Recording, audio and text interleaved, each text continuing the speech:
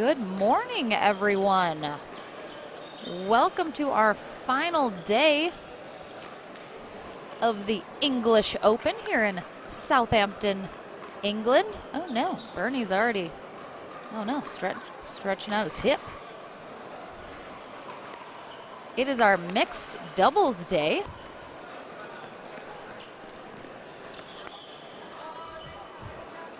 Hi, Red. I wish I was still in bed. That's an understatement. But I'm here.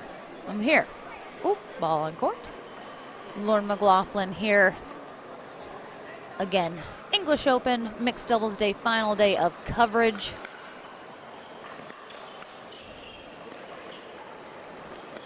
Same format as yesterday. We will have a round robin style portion of the day here this morning into the early afternoon, which will be 1 game to 11. Win by 1. They'll switch ends at 6. We have on the far end Cassandra Gerke and Josh Gilmore. They are taking on Bernie Audibert and Marcia Audibert from Canada. Cassandra Gerke from the States, originally from Wisconsin. And Josh Gilmore, English.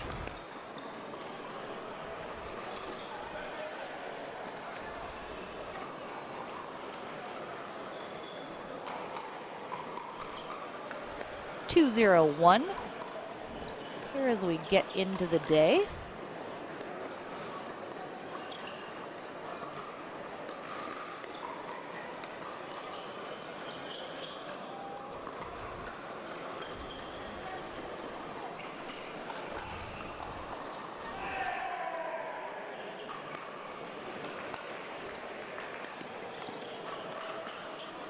Well done by Gilmore.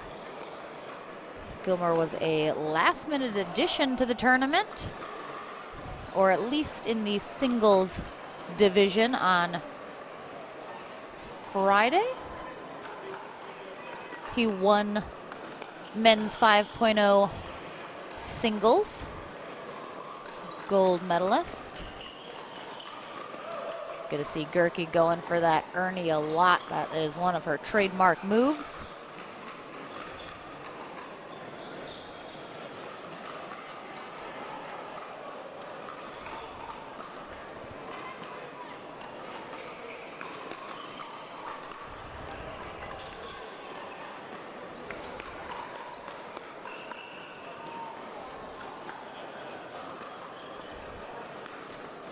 I feel like based on that, Josh Gilmore also a footballer, I'll say here.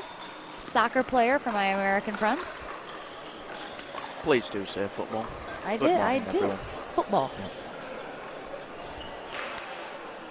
Had some good footwork over there. Sorry, or he really loves a good hacky sack session. A good what? You guys don't have hacky sack here? You have no idea what that is? Come on, inform me. Oof. It's like a little ball that has like, it's kind of like, not beans, but it's like a sort of squishy, crocheted like ball, and you like juggle it on your feet. You like kick it around and you you stand in a group and you like do little tricks and you like pass it to each other. I've seen them. You hit him with your knee. Yes, and like I've seen. Yes. Hacky sack, that's right, what it's called. Is that what you, All right. I taught the Brits something today. Hacky sack. Google it.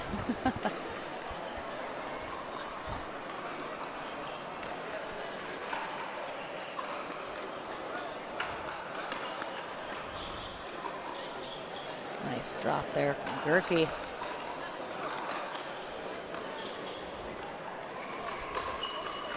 Yeah, it sounds like one of them games that you played in most sports before you go to a team event just to get your reflexes up. Yeah, yep.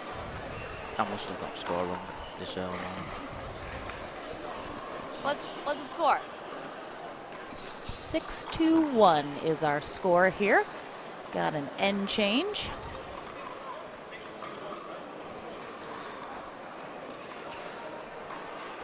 First game of the day. Hello, everyone.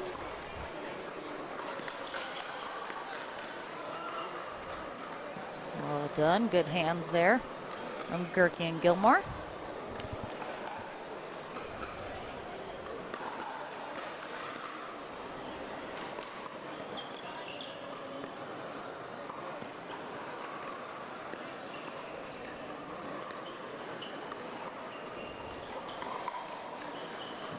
Beautifully done. It looks like that shot might have been wide on the left side there from Gilmore, but Marcia Audibert.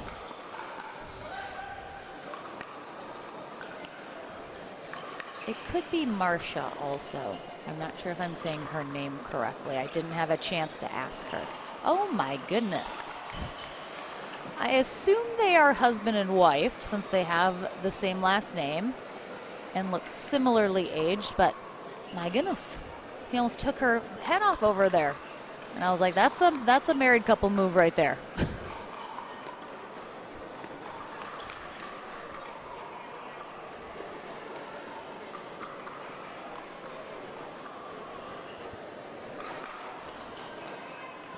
All right, 2-8-1.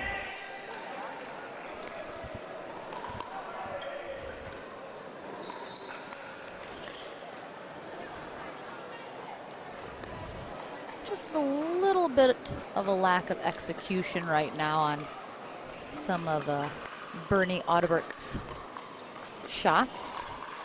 He's getting what he wants, just putting the ball just in the slightliest wrong position. Slightliest, definitely not a word.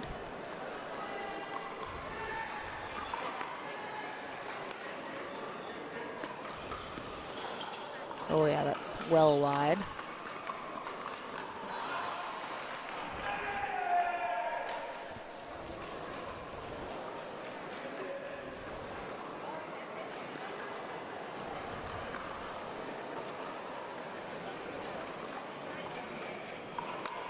Nine, 2-1, I believe.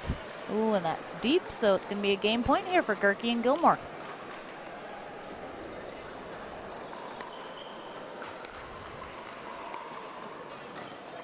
Oh, Cassandra Gerke with the beautiful drop and immediately goes for that Ernie. I thought she had it. I thought that was the game right there. That was a very nice attempt, but leaves it a little long.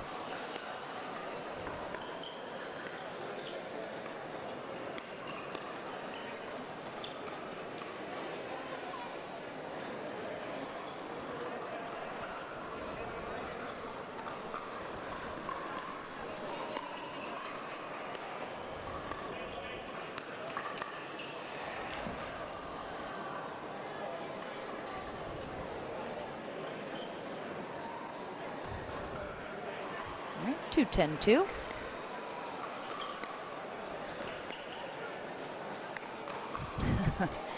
Definitely have noticed Bernie Audibert has a particular kind of facial expression when he is not happy about a certain shot.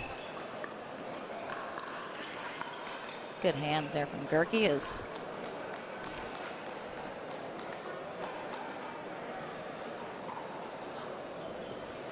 Marcia tries to speed it up, and so Gerke and Gilmore will come out on top here in our first game of the day. We'll have another mixed double game up momentarily. Rob Cassidy and Michelle Esquivel will take on Daniel Wren and Hannah Stockton. So we'll see you in just a moment.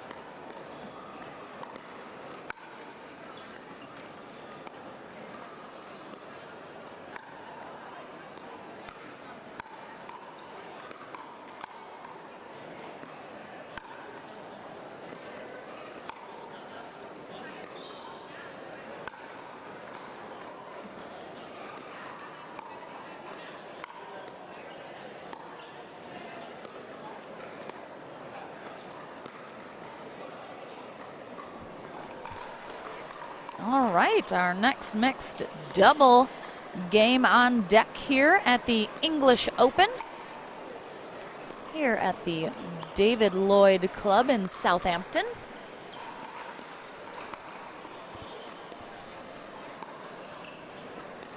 We have Mcelveen Esquivel in the orange skirt and Rob Cassidy currently in the gray sweatpants. I'm not sure if he's going to play in those or not. I would certainly love to see him do so. Both from America. Two of our favorite pros, part of a group that came on over to participate here in the English Open. Both of their first time to England. So very excited to be here. Having a great time. I know people have loved getting to meet them. Michelle and Rob, always a great time. They are in Naples, Florida currently, which is the home of the US Open for pickleball.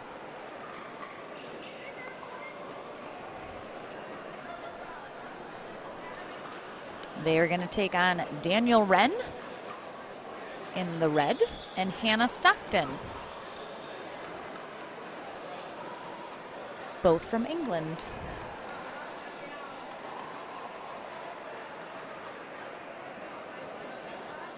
Again, 1 game to 11, win by 1. Sam, we're going to have to fix the net. At least we're noticing it early in the day.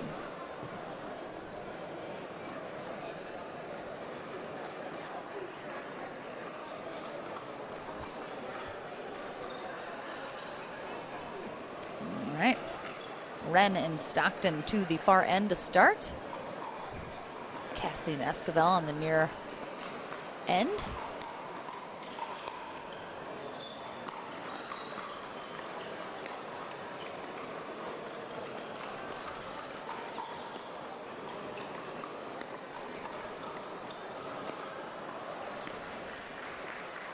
Nice little dink rally to start us off.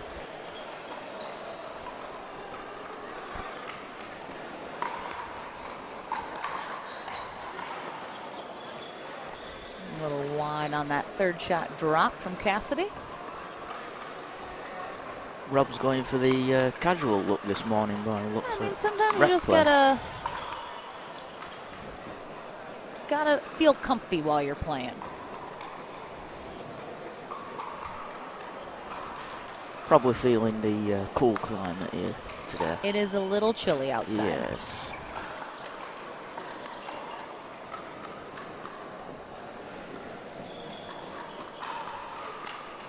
All right, side out.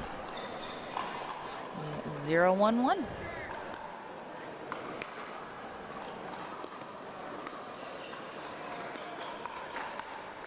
Oh, that was nice right in that back corner. Beautiful spot there from Wren. Oh no, it's starting. It's starting already. The ball getting lost in the signage.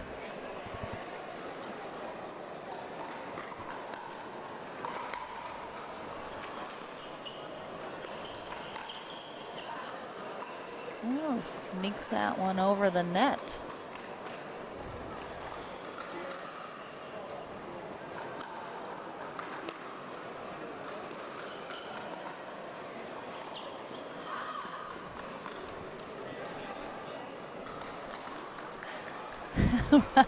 Cassidy did give Michelle the closed fist behind the back, which meant stay, but then he came over to her side. I think he still thought she was going to stay on that side, and then he'd just move back over, but Michelle wasn't quite sure what he was doing, ends up switching.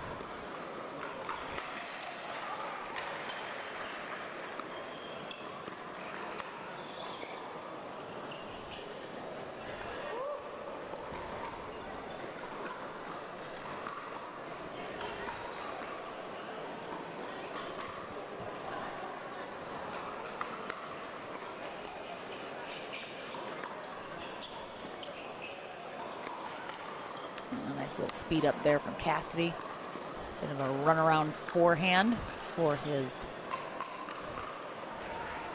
left-hand drive.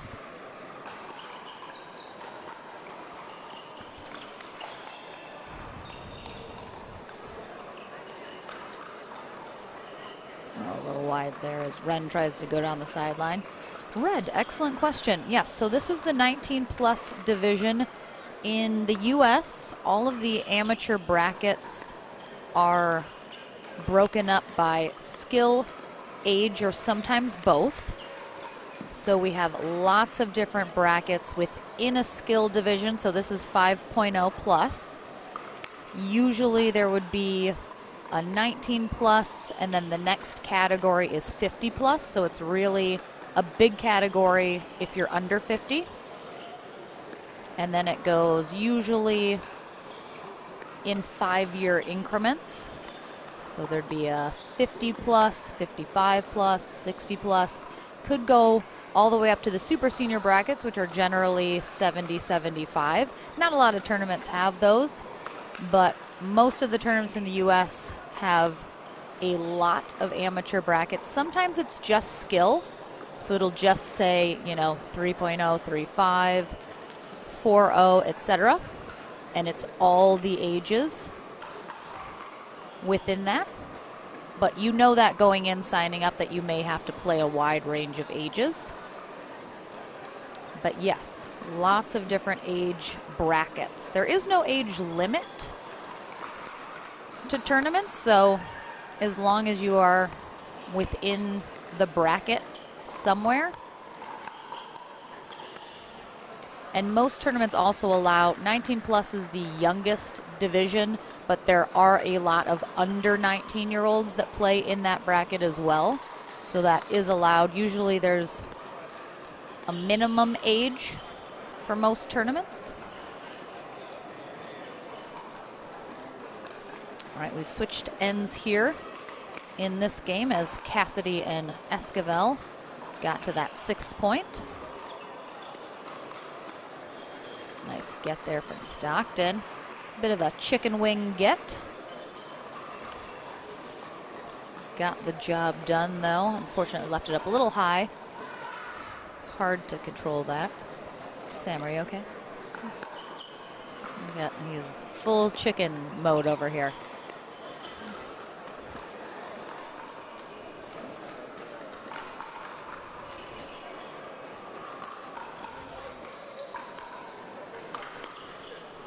Six, 3-1.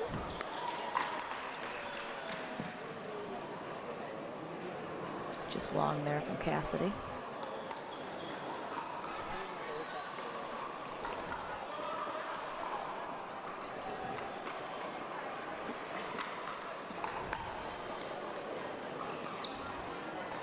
Nice lob there from Esquivel. Oh, that was a beautiful misdirect inside out there from Ren.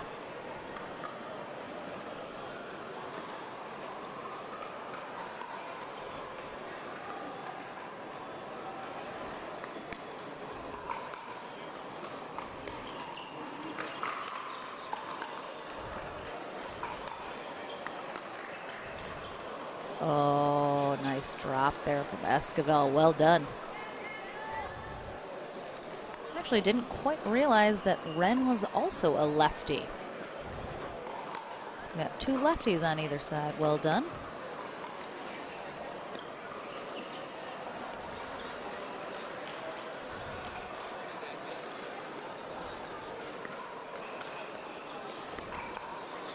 Oh, nice hands there from Cassidy as both Ren and Stockton speeding that up a little. Oh, hi, Karen Mitchell, co-tournament director, sitting next to me. You all right?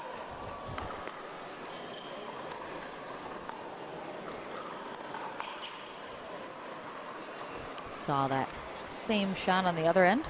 Yes, Karen.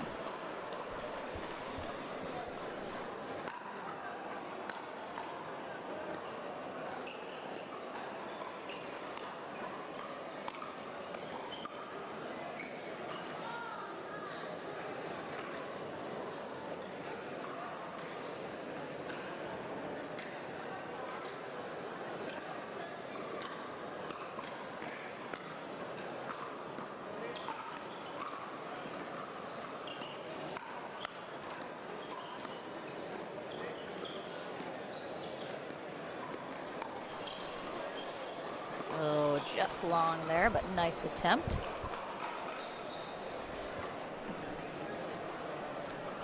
Eight, 3-1.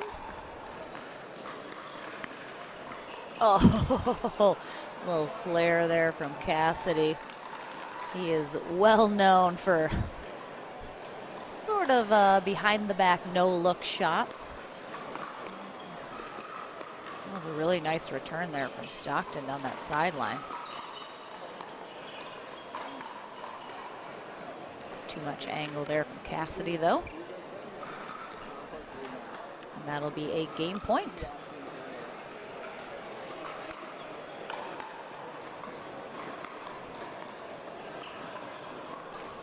That'll do it. Really nicely played though from Wren and Stockton. Had some really nice shots in that game.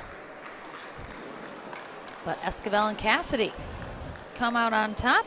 We will take a very short break as our next mixed doubles match will be on deck momentarily. We're gonna have Daniel Rodity and Lee Whitwell taking on Anthony Mcelveen and Giuliano. So we'll be back in just a moment.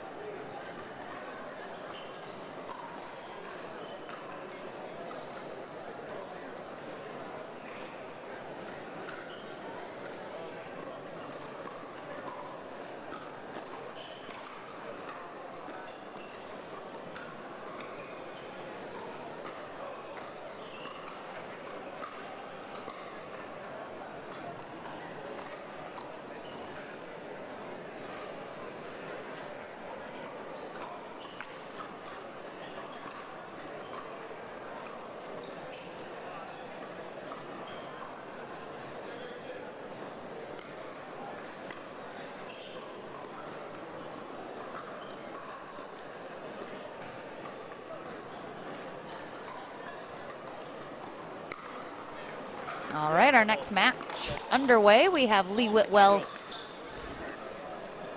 in the pink, Daniel Rodity in the, what color do we say that? This is a green. It's like a light green on the near end. They're taking on Anthony Mcelveen and Auntie Giuliano on the far end. Both English as well. Daniel Rodity, originally from Mexico, now lives in Southern California. And Lee Whitwell, originally from Gibraltar. Her family is here visiting while she is close by. She now splits her time between Florida and Texas.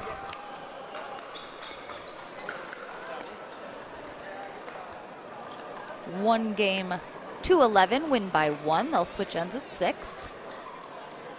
0-1-1.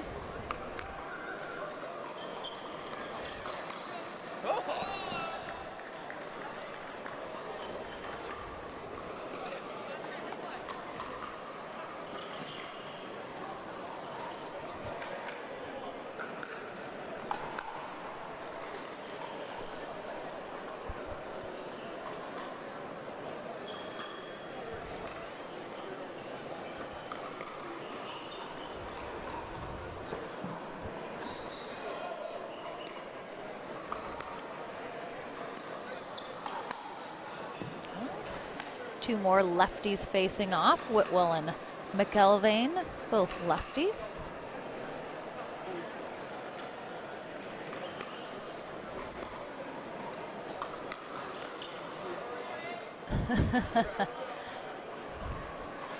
Whitwell, bit of a half drive, but very high. Mcelveen had no problem putting that away. That goes a little wide there from Giuliano, though.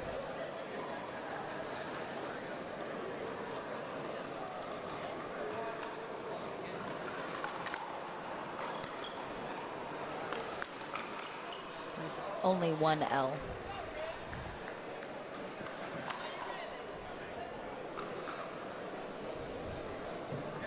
Oh, ball.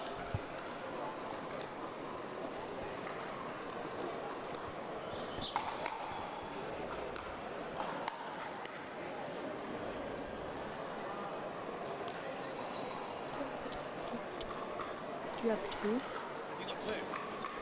It is 3-1. Excellent. Excuse me, 1-3-2.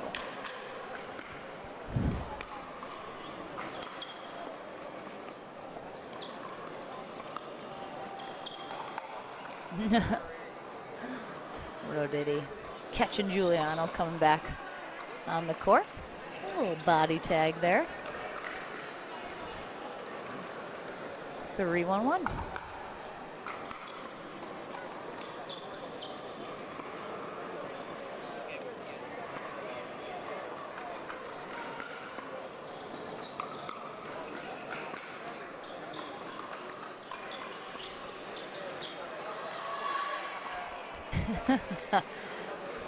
The stare down from Whitwell. The fake outrage. I love it. 1-3-1.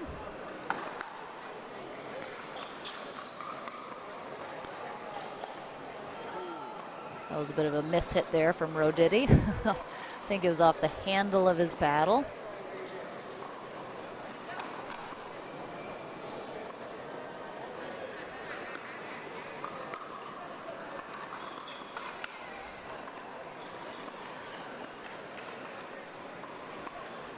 Two, 3-2.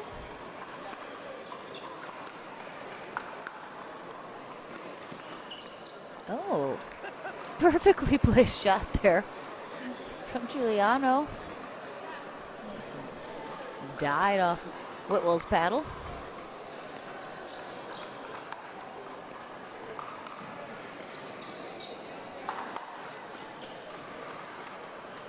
Rodity always bringing the power to his shots.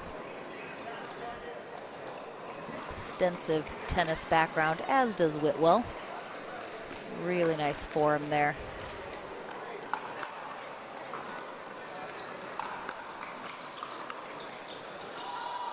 Oh, we got it.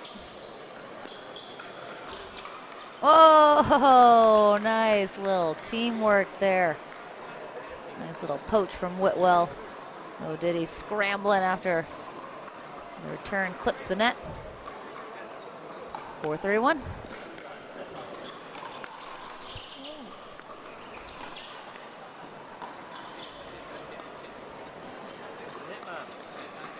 Well done from Whitwell, very deceptive. Little inside out shot there. She changes directions right into Mcelveen.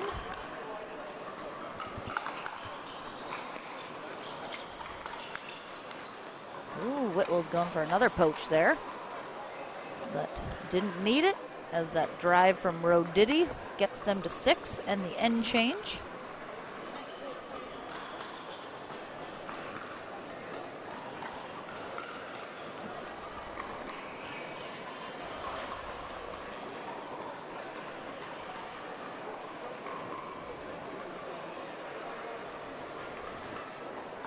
Six, 3-1 after the end change. Whitwell and Rodity on the far end now. Mcelveen and Giuliano on the near end. Mcelveen English, while Giuliano is Italian.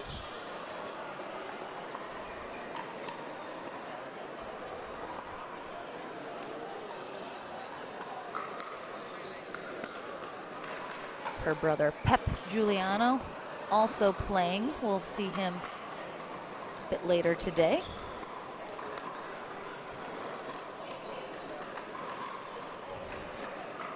Eight, 3-2.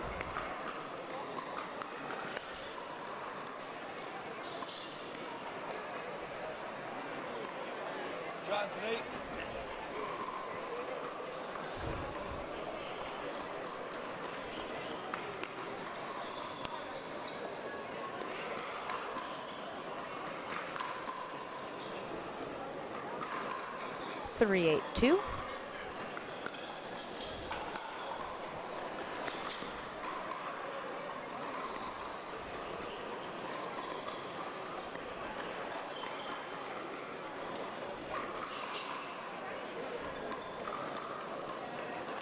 Some really nice dinking there from Giuliano, but leaves that last one up just a little high, and Whitwell able to put that away fairly easily.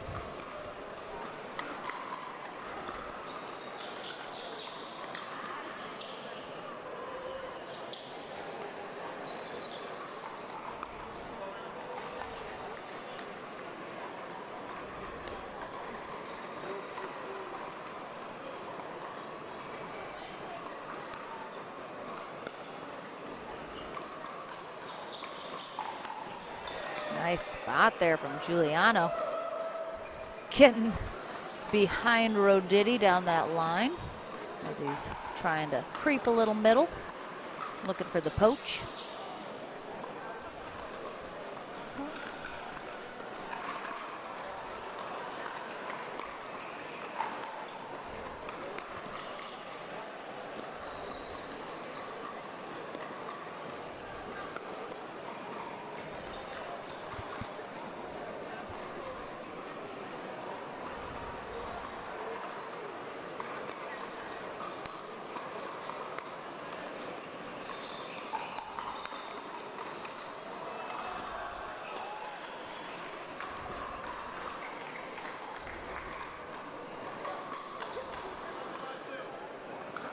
Four, 9-2. Oh, just so good from Whitwell, that little kind of slice volley down into the kitchen.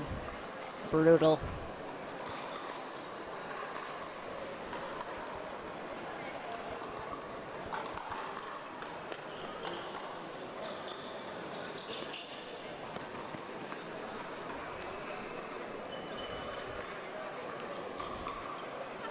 Game point here for Daniel Rodity and Lee Whitwell.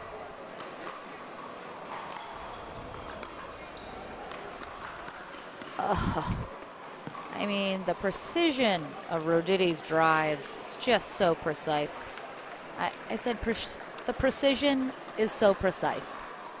What in the world am I talking about? Nothing like saying the exact same thing twice, but just a slightly different way and not realizing it. Well done to our players, Anthony Mcelveen and Auntie Giuliano. Some nice rallies, nice shots in there. Again, we're in our round robin portion of the day, our final day of coverage here at the English Open. Lauren McLaughlin on the mic. Happy to be here for the APP Tour's first international stop. It's mixed doubles day, and all morning into the early afternoon, we'll have our round robin that goes then into the knockout rounds to the finals. So don't go anywhere. We have our next match coming up in just a moment.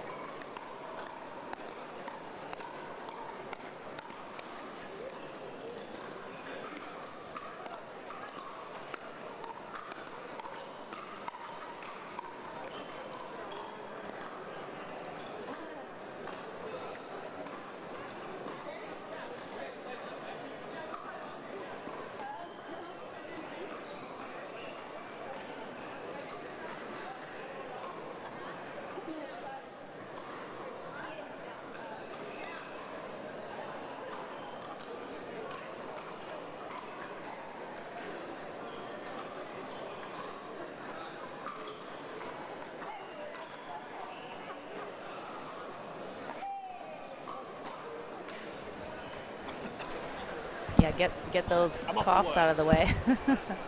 All right. Lauren McLaughlin back in action. Thank you.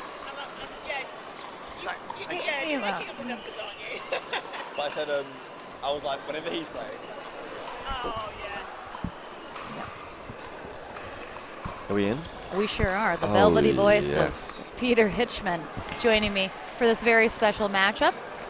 We have Rob Cassidy and Mcelveen Esquivel on the near end. They're taking on Irina Tarashenko and younger brother of co-tournament director Sam Basford, Jamie, who you played with yesterday. Played and won with. Yes. Very fortunate. Gold medalist. Arguably the most naturally talented of the Basford family. And I heard there's a lot of them. There is quite a few.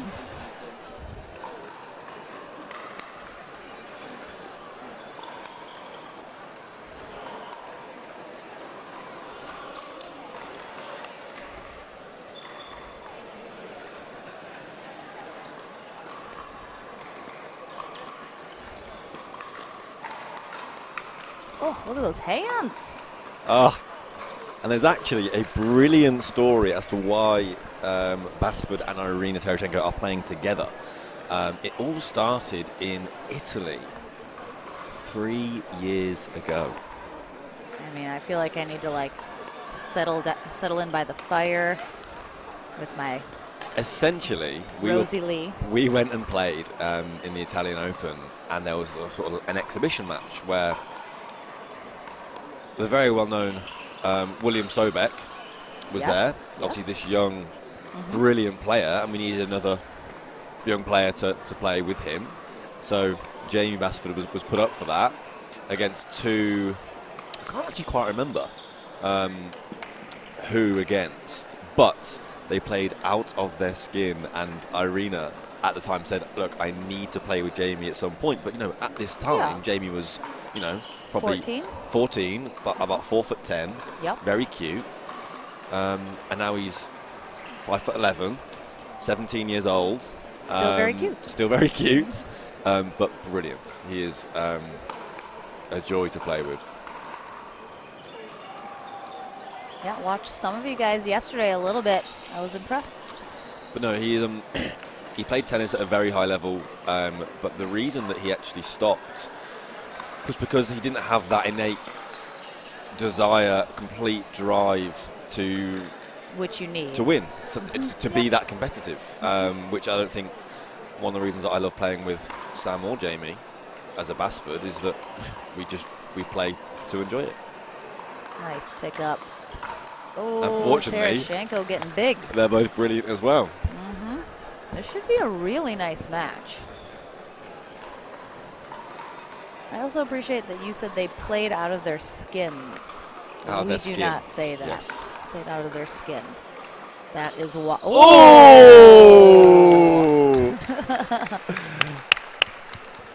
Confidence of the boy.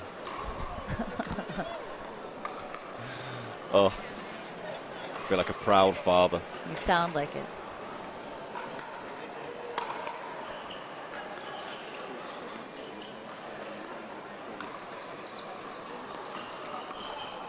Shot. Well done there by Esquivel. But no, so this is a matchup that's 3 years in the making. I love it. 2-3-1. This is just one game to 11. Oh, nice drive there from Cassidy, but Tarashenko handles it.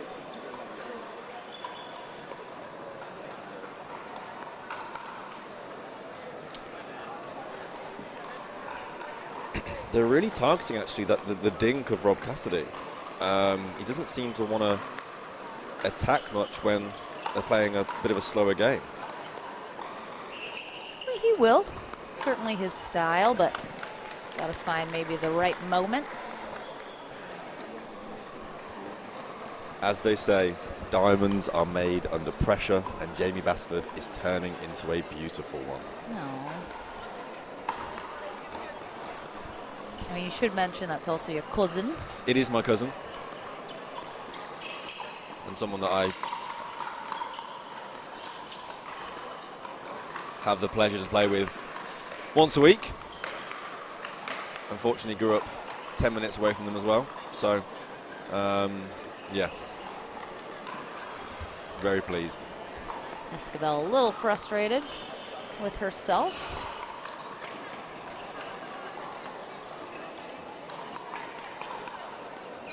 Nice hands from Cassidy.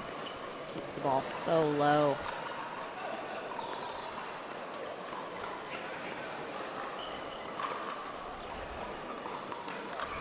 Yes. We have had so many. You can't cheer for people when you're commentating. Yes, for the good point. Like, oh, okay. I find it offensive. You think I would I'm so even sorry. be biased. I'm so sorry. Have we got a timeout? We do have a timeout. It's getting a bit serious. Oh, no. Oh, maybe not. Okay. Yeah, I mean, of course this is serious. We got competitors here. Tarashenko and Basford, one away from the end change. And actually, I think one thing we should mention is that not only is Tarashenko-Basford an unusual partnership, but Cassidy Esquivel don't actually play together that often. From my understanding. Yeah, not super regularly, but they do. Okay. So, I mean, they have certainly played together numerous times. Maybe like every 5 to 8 tournaments, you'll see them pair up, which is, you know, a good amount. But no, they generally will play with other people and mix it up. But certainly have played together, know each other, obviously, extremely well. Both run the Naples Pickleball Center in Florida. And have both been in the game for many years. Slight change of tactic, I think, there. They've gone from the dinking all the way to attacking Basford with a bit more pace. And so we'll see if that works for them. He's got some pretty quick hands, so certainly watching him. Wish he was stateside so we could take advantage of another amazing young player. We have quite a few of them, but always looking to add more. This is the future of pickleball after all right here. Most certainly. 6-2-2.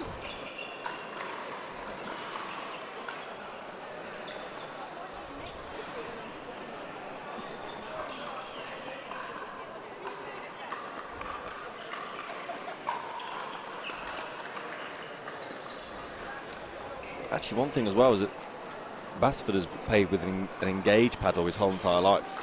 And then just yesterday... Switch to the Franklin. Oh, he did. It's something a paddle that I play with. He really enjoyed it. And now that I think he wants to be part of that team now. Oh, all right. Which is amazing. Yeah, they have another Team Franklin player right now is Hayden Patriquin. Yes. Who is 16 years old as well. A has sensation. Done brilliantly the last 2 tournaments in Southern California.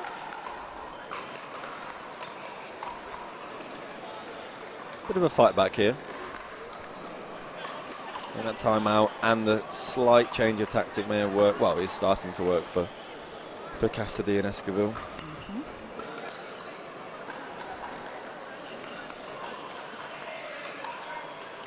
Great spot there from Basford. Gets a applause from Cassidy.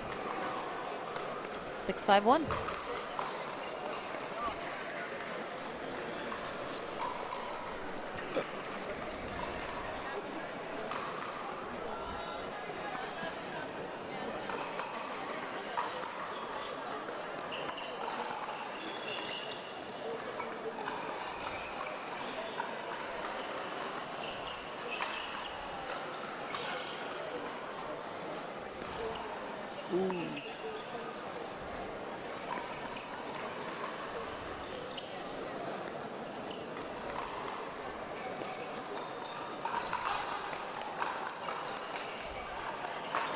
Nice great rally. Point.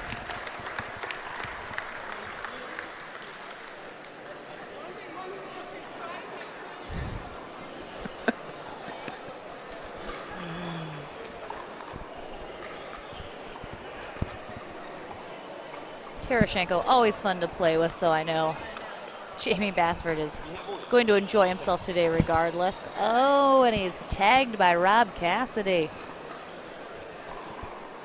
Well done there by Cassidy, tying it up here.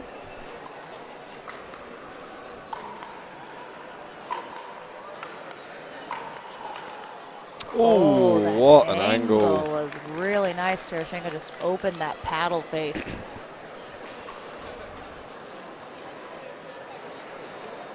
Six, 6-2.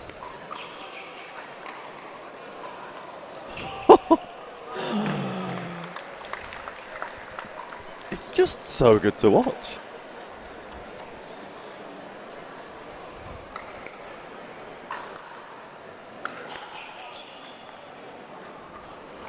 Basford is also one of those interesting people that is left-handed, right-footed,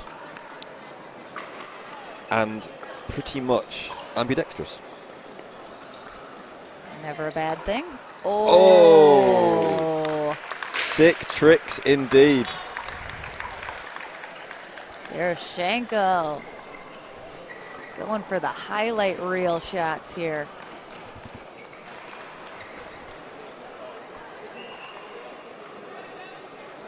Seven, 6-2.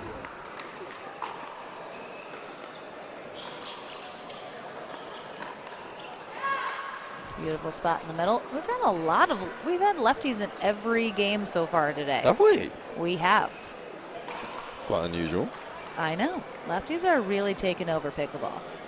Shout out to all the lefties out there.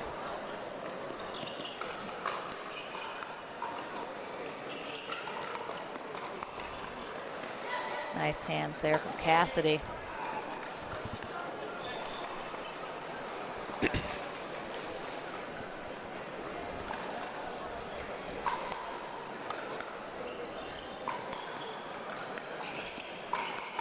Oh, yes.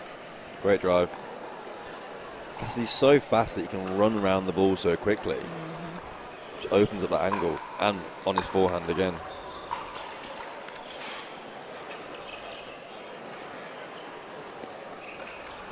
Yes. I think Esquivel knew that was coming. She left that dink up a little too high.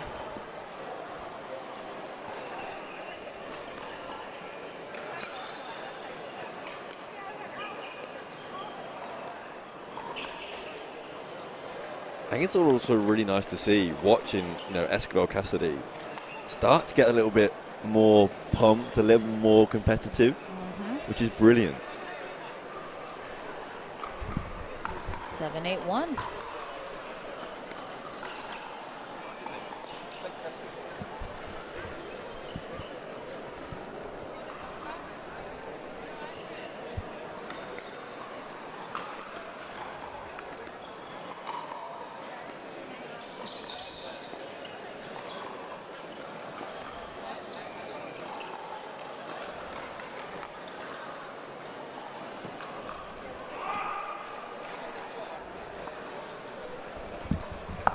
Eight,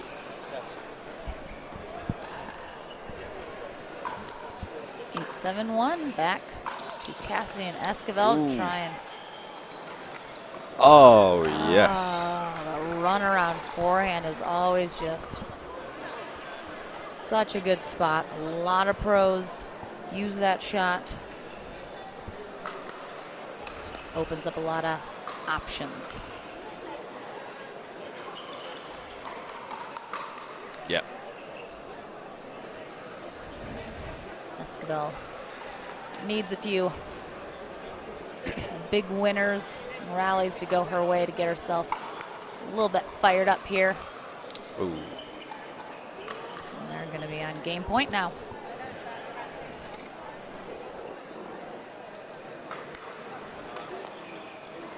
Oh. What a game, though. Absolutely. Esquivel and Cassidy come out on top, but really nice game from everybody, especially young newcomer Jamie Basford. Indeed. I feel like we'll hear his. We'll put in a call to Franklin.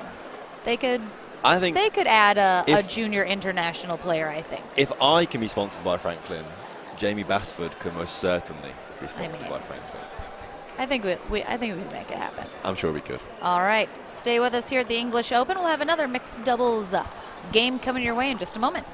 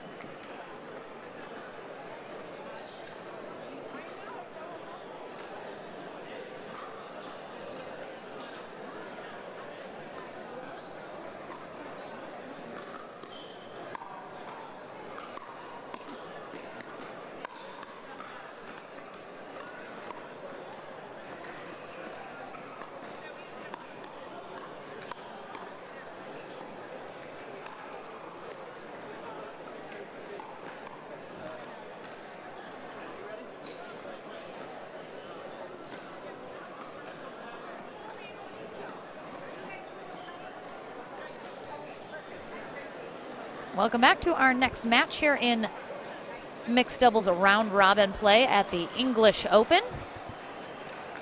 on a lovely Sunday morning. Thank you for joining us, whether it's live or after you wake up, because it is the middle of the night for most pickleball viewers that are going to be watching from the States. But we have coming up a really high-level English team of James Chowdhury and Lock.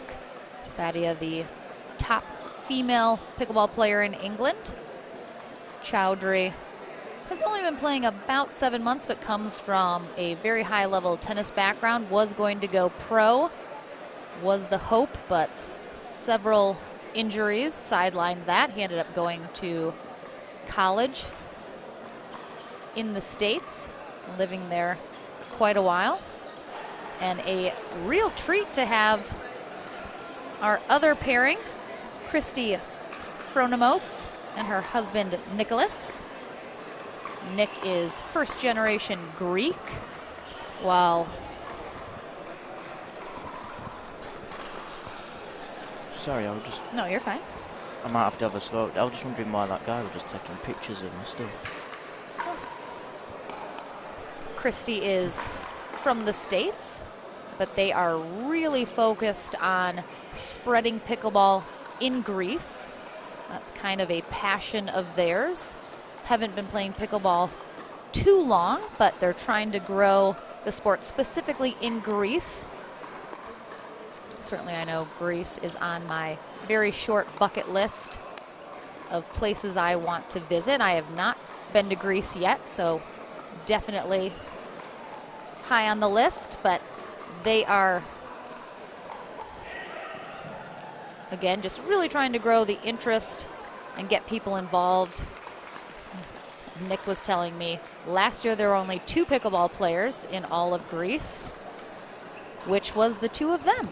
And this year there are 100, so absolutely growing the sport. And they have 3 pickleball courts now that have been built in Greece. I know they are just really excited to be here and have some fun.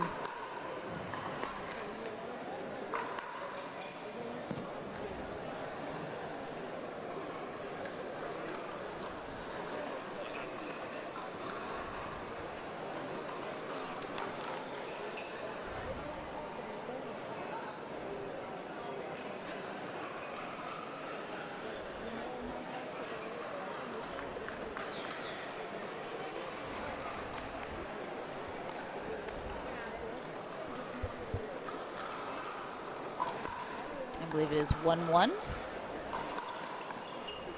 Oh, she got that. What a spot there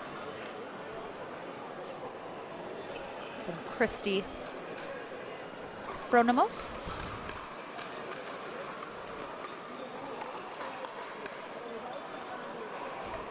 Great attack there from Lock.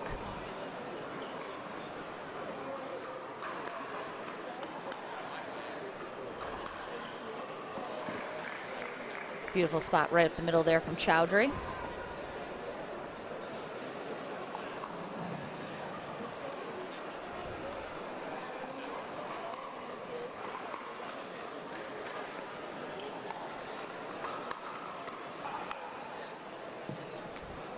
Lock left an earlier shot up a little high, kind of put them on the defense as a result.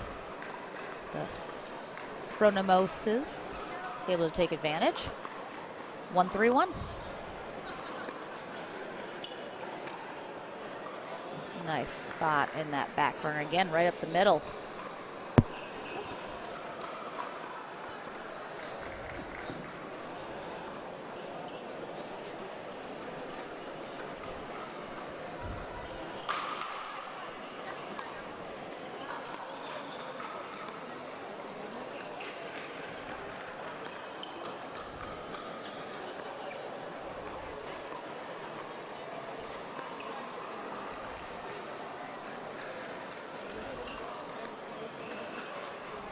So watching Christy Fronimos, oh, beautiful little misdirect there.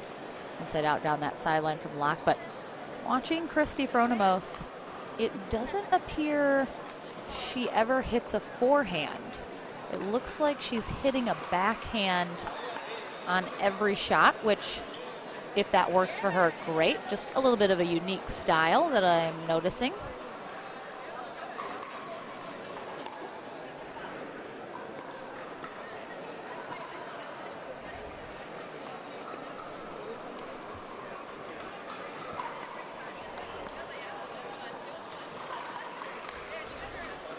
I'm pretty sure our score is wrong, but I'm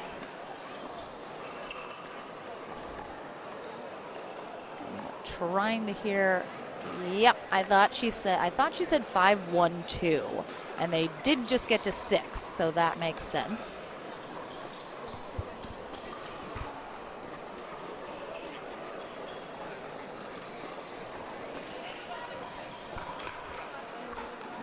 I believe 6-1-2 now. Nice drive there from Lock.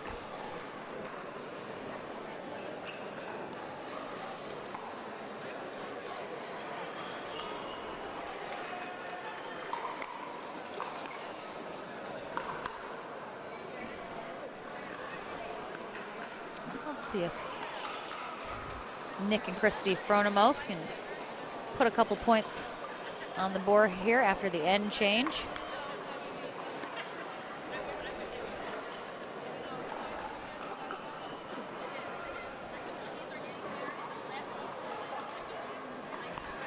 So Christy hitting a backhand serve.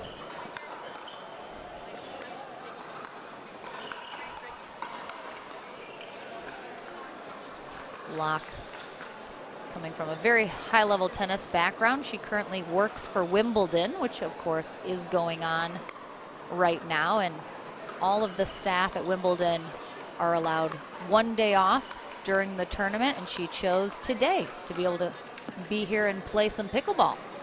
So we are excited to have her.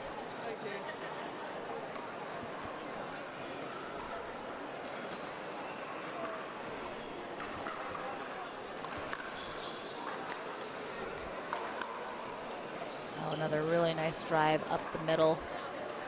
Christy and Nick had a little bit of trouble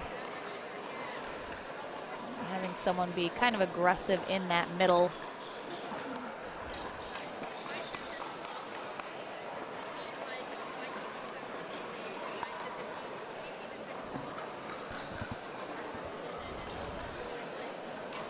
Gonna be a game point here for Chowdhury and Lock.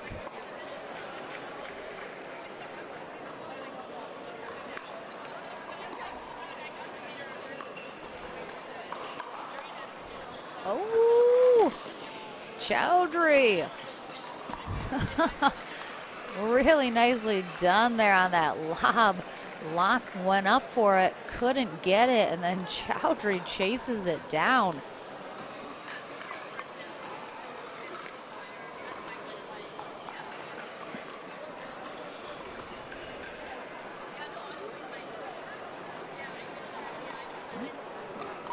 One 10-1.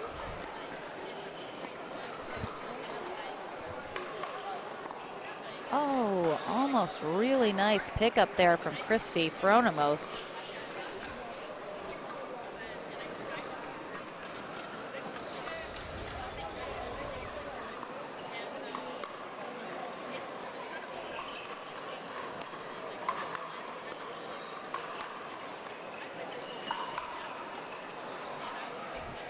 Good defense, but not quite enough to get them back into that rally. So side out and another game point here for Chowdhury and Lock.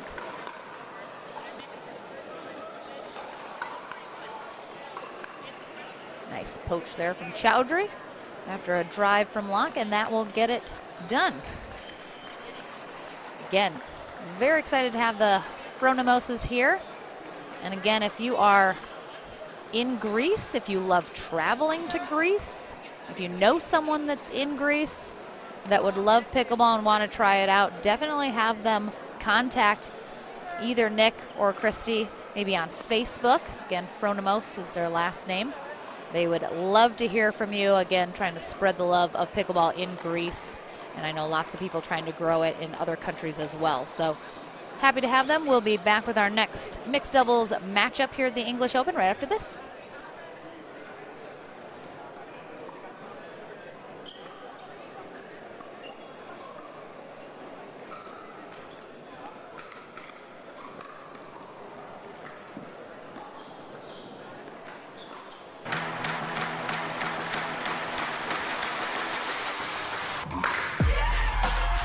No matter the type of player you are. Junior, for now. No matter where you're from. אני מישראל, שלום. No matter your gender. No matter your age. No matter what tour you play on or who you play with. No matter what's in your bag or what paddle you use. What matters is your love of the game. Celebrating the sport. And knowing your level so that you can keep pickleball fun and fair for everyone. What matters is you. What matters is you. What matters is you. Unify the game. Download Duper today to learn the power of you. Know your level. Know your game.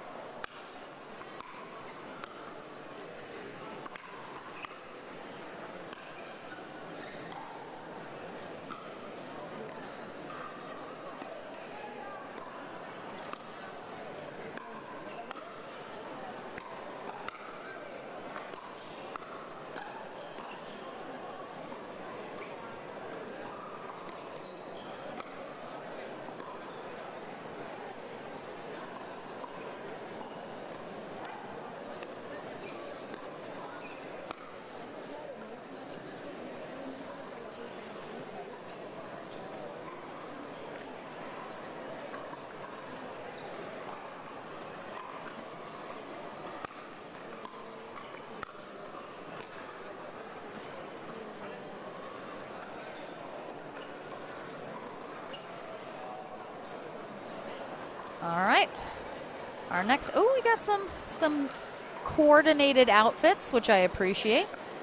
We have number 1 pickleball player in England and the UK, Louis Laville, in the pink, and his partner Maria Fernandez Constantino from Spain. They are taking on Alvaro Prieto and Blanca de Doromochia, also both from Spain. So 3 Spaniards and 1 Englishman taking to the court. 1 game to 11, win by 1 here in the round robin portion of our mixed doubles 5.0 19 plus bracket. Prieto starts us off serving 0-0-2.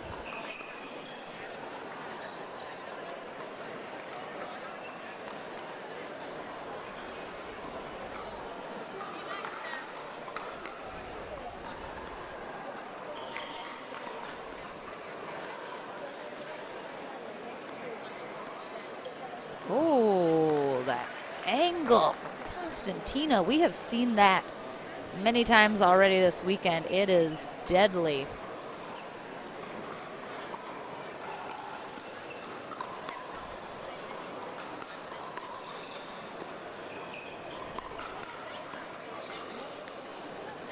Nice pull there from Laville. Crossbody. So 3 of our players are playing with the Spanish-based paddle company Zebra, I think is the name of it. You can see it on both Maria and Louis' shirts. It's the Gorilla paddle. A lot of players in Europe use that brand. Doromochia is using an Onyx paddle, but it's not an Onyx paddle I've ever seen before in the States. Nice pick up there from Doromochia, but ultimately Constantino with a nice backhand put away.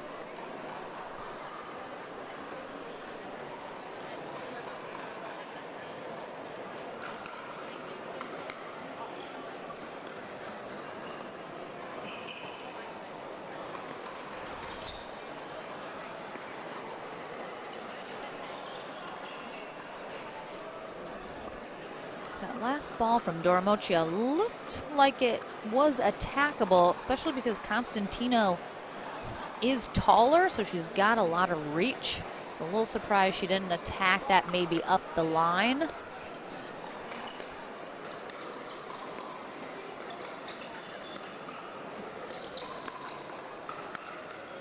Oh, nice hands from Constantino. With the speed ups, handled them very nicely.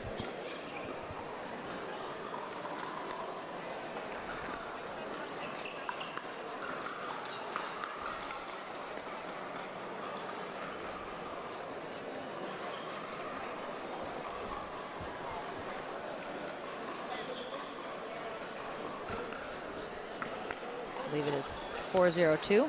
Oh, such a nice spot right down the line there from Constantino.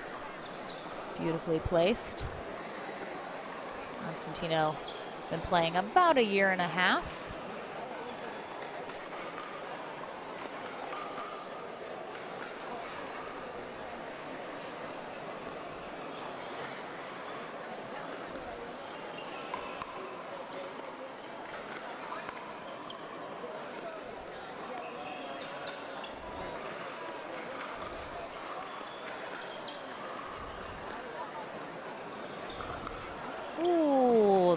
That slightly high ball that is easily attackable. Prieto finds a perfect spot behind Laville down the line. A little inside out.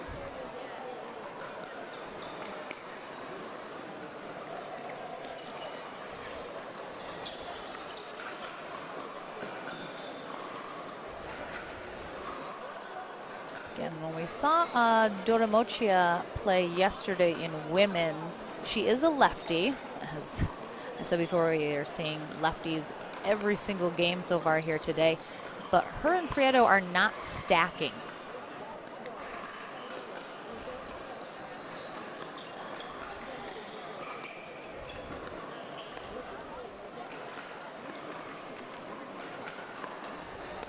Ugh.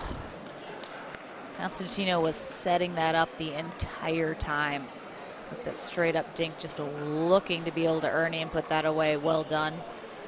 But it would be interesting to see. I'm not really sure why Prieto and Doromochia are not stacking. Perhaps they're a little newer to the game and don't know how to yet. It can be confusing when you first learn how to do it, but certainly when you have a lefty on your team, it's usually beneficial to be able to put that lefty on the right side of the court all the time, putting the 2 forehands in the middle.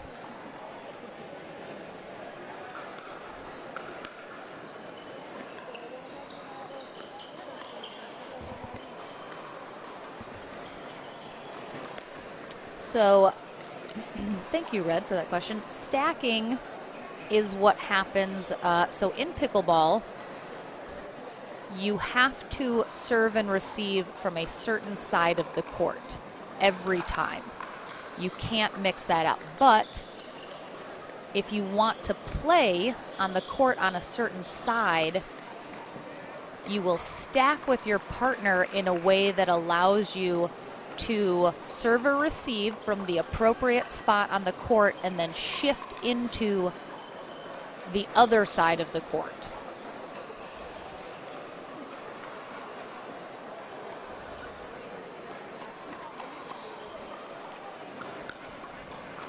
So there's several different versions of stacking, different levels sort of difficulty or learning how to do it.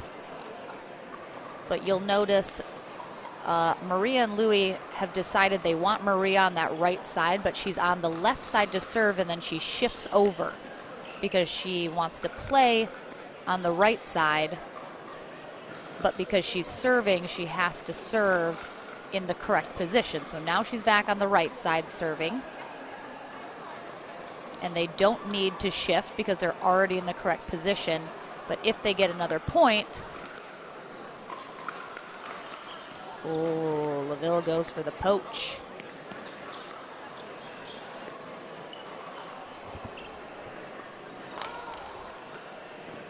A lot of times you'll watch the pros, and we'll see it in another game with some of the American pros. They give each other hand signals behind their back to tell their partner whether or not to stay in the position that they are in or to switch on the stack. So that again adds a layer of difficulty that comes with practice. Oh, nice pickup there from Prieto on the overhead from Constantino. Did that make sense, Red? In a very basic way?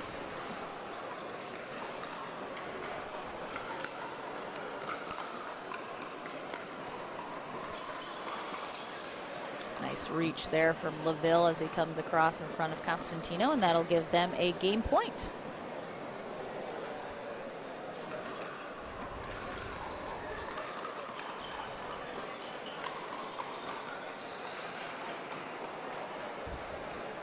We have a timeout here for for Prieto and Doromochia. They have been struggling a little bit knowing which side of the court they need to be receiving from. So it does appear that they're new enough that they're still a little bit confused where they need to be, because as I mentioned, you do need to be in a certain place each time to receive the serve. Laville enjoying this timeout, getting a little rest.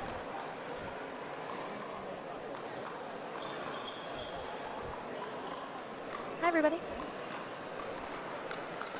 It's been super fun being here in England. Final day of the tournament. I'm here for another day and a half, though. Get to enjoy going down and seeing London a little bit. Excited for that with some more of the Americans that are here for the tournament.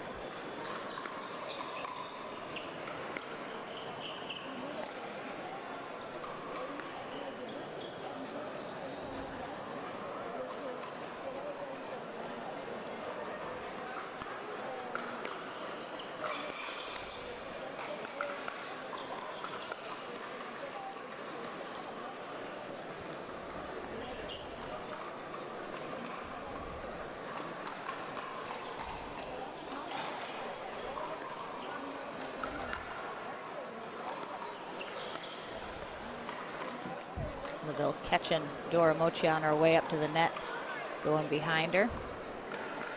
We'll bring them back to a game point.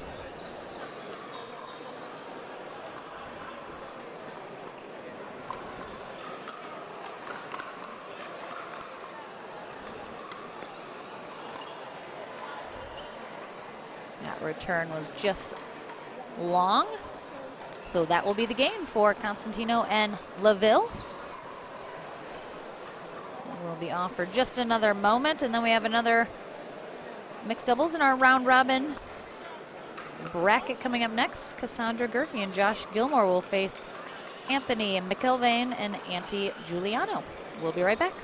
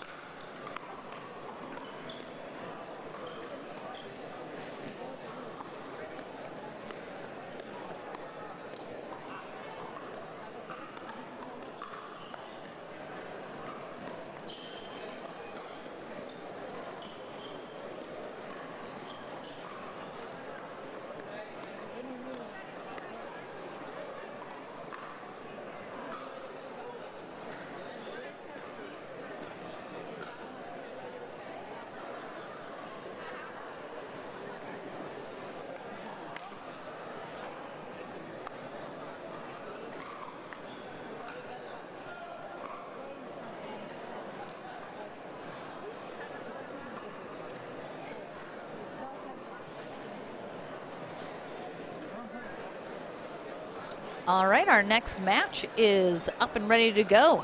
We have Anthony Mcelveen and Giuliano on the near end. They're taking on Cassandra Gerke and Josh Gilmore on the far end. 3 Brits and 1 American. Gerke, one of the group of American pros that came over for this tournament.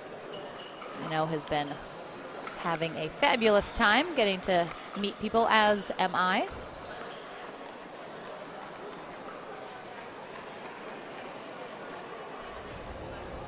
One.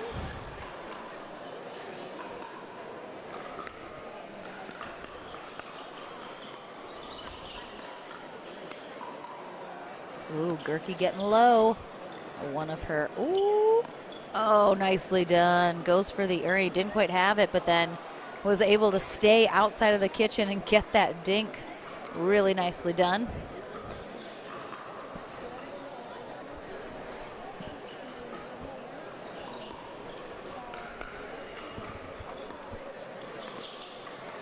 Oh, yep.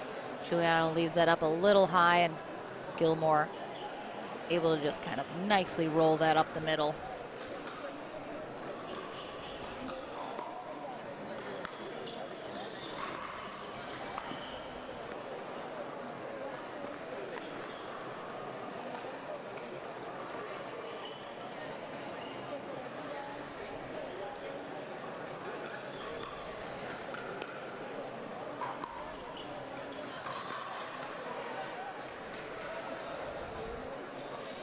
Gerke and Gilmore had a bit of a run there. Let's see if Mcelveen and Giuliano can answer.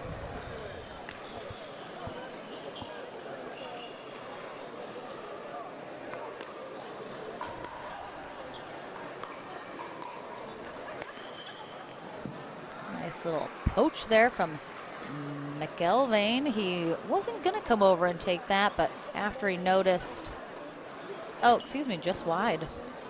Called from Gerke. Thought he got it.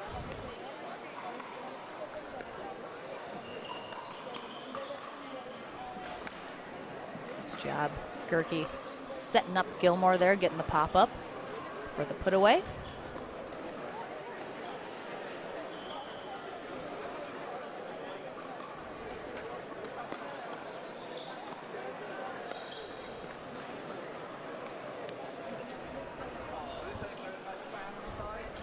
You know when you eat a banana that's not quite ripe and then your mouth just tastes kind of cottony?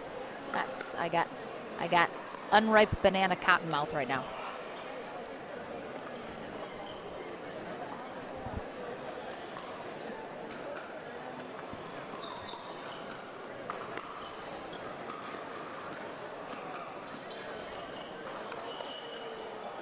Good attack there from Giuliano.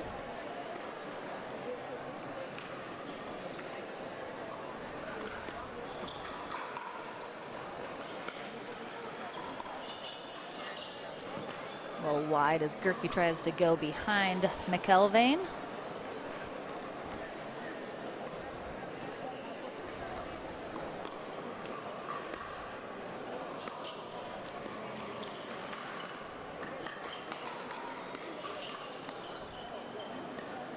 Good hands. Nice little hands exchange from all 4 players getting involved, but Gerke and Gilmore eventually come out on top.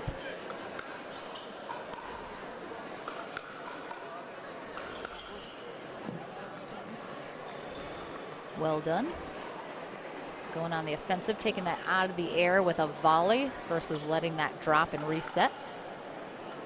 When you're able to take a ball out of the air with a volley, if you're in a good position, it's usually beneficial to do so simply because then your opponent doesn't have the extra time to set up. You want to try and keep them either back in the court or on defense. So when you let the ball drop, it gives them an opportunity to either get back into the net or set up for whatever shot you're about to hit. Where if you volley it, a little more unpredictable.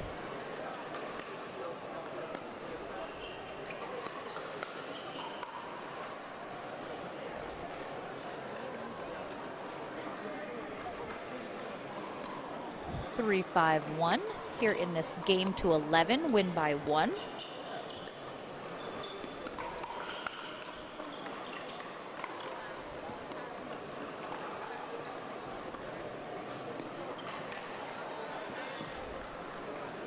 Well done with the reach there from Gilmore.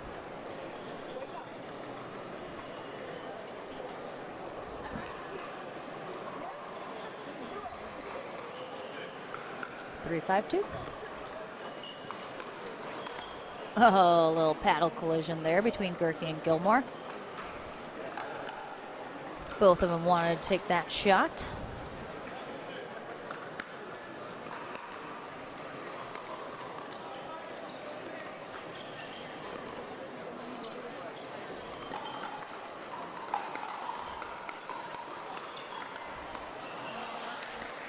Nice little hands exchange there between the ladies.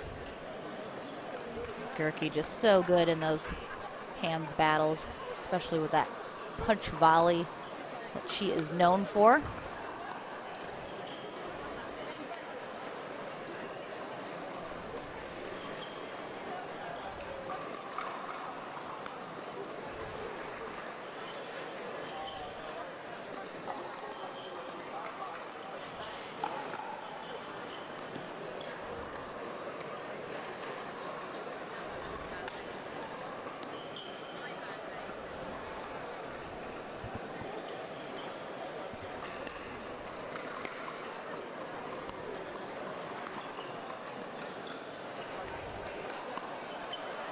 Nice defense there from Giuliano on the Ernie from Gerke. Well done. Stayed calm. Sometimes it can be really easy when someone is Ernieing in front of you to kind of get thrown off, be flustered a little bit because it's intimidating. They're very close to you. You know probably that ball's coming fast right at you most likely. But she did a great job staying calm.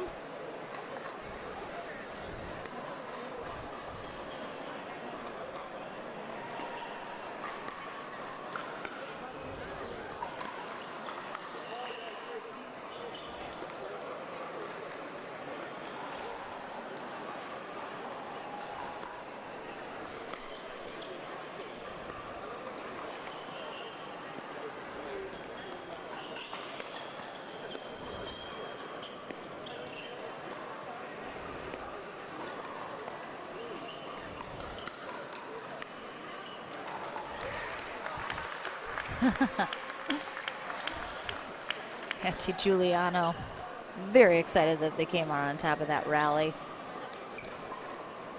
Well done. All 4 players getting involved heavily in that.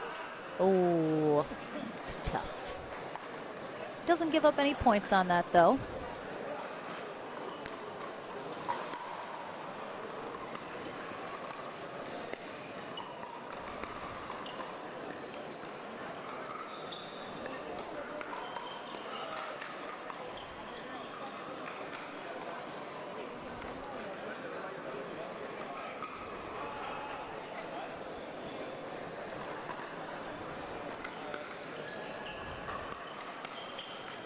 Nice drive there from Gilmore and gets them to 6. We will change ends here in this game to 11. Gerke and Gilmore will conclude this game on the near end. While Mcelveen and Giuliano on the far end.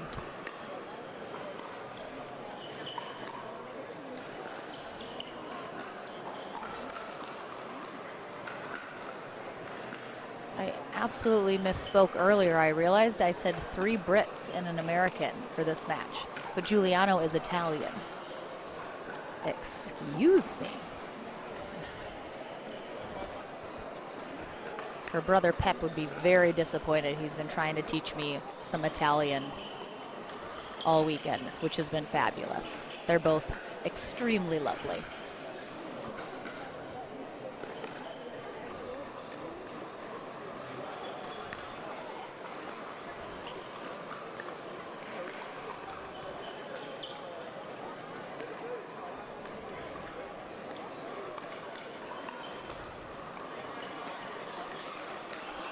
So that trademark Gerke punch, it may look like a backhand punch. I have very often incorrectly called it that because it happens so fast. Haven't really noticed, but Gerke explained to me last night she actually changes her grip on the paddle when then she goes to hit that shot. So it is actually, excuse me, I have called it a kind of backwards forehand, but it is a backhand. She just changes her grip, so it looks a little funky when she does it, but very, very effective. So she doesn't do this, she changes her grip, and it's a backhand. Sam Jones over here just trying to work it out. It's fun to watch. We'll take a short break, though. Back into the action here at the English Open. We'll have our next match coming up next. Mcelveen Esquivel and Rob Cassidy take on Carlos Perez and Virginia Lainez right after this.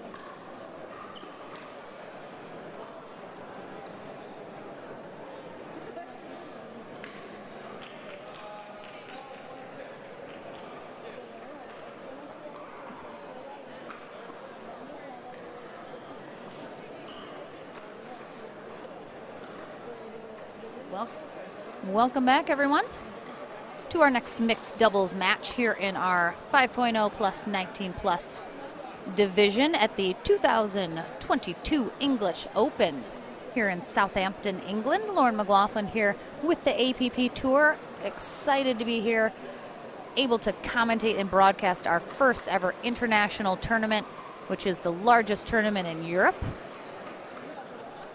We have two of our American pros that came over as well for the tournament, Rob Cassidy and Mcelveen Esquivel.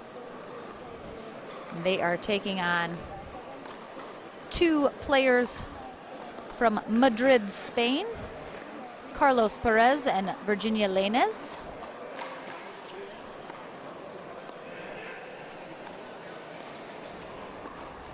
This is 1 game to 11, win by 1, as we are in the round robin portion of our day still. Once we get through all the teams playing each other in the round robin, we go into the knockout rounds, which then works its way down to the finals. That will be single elimination once we get into those matches.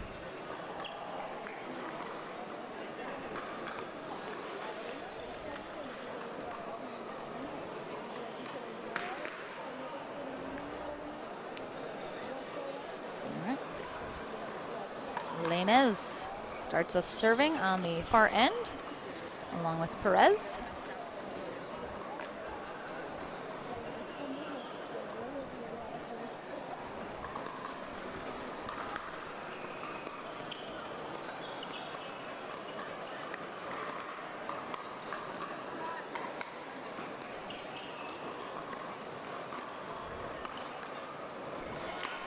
Esquivel took it a little easy on that put away overhead, and it didn't end up working out. A little short on the serve there, but Cassidy's there to get it. Good movement there from Cassidy, and Esquivel knows all too well that she's got to cover if Cassidy starts getting real active on the court, and she did it brilliantly.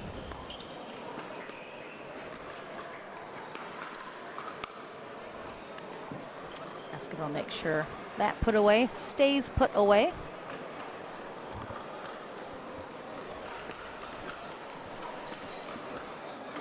One, 2-1.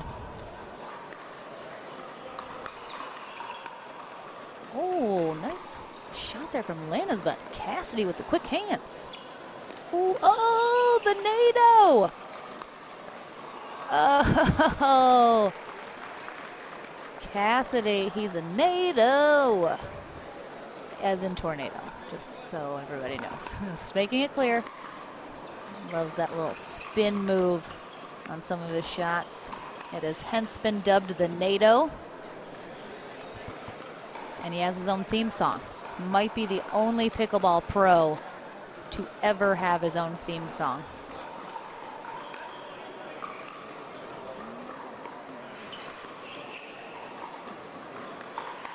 Oh, Esquivel came back to cover the middle, but Cassidy got there first. Going on a little run now, 4-2-1.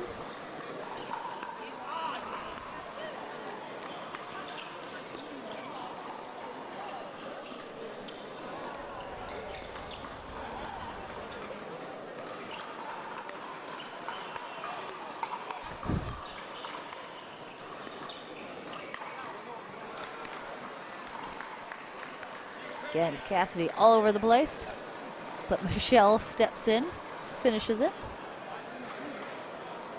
5-2-1.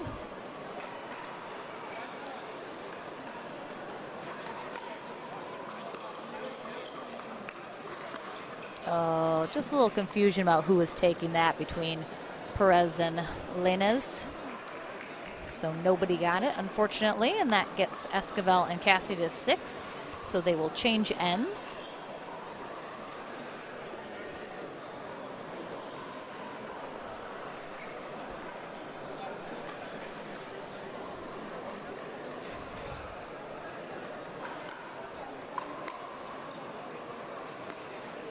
Oh my goodness. That is a devastating shot from Esquivel. Two-handed backhand roll just dropped like a rock over the net.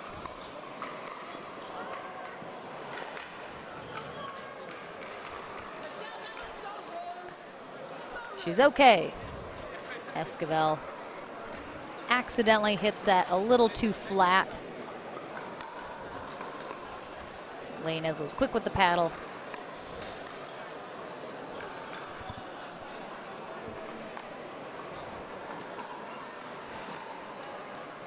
Eight 2-2.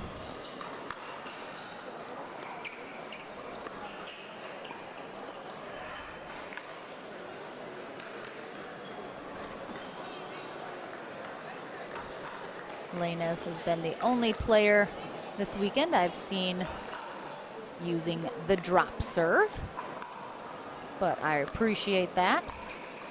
I know a lot of pickleball players do use that serve.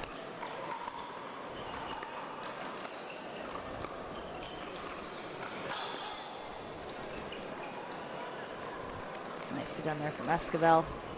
Going behind Lainez. 2-8-2.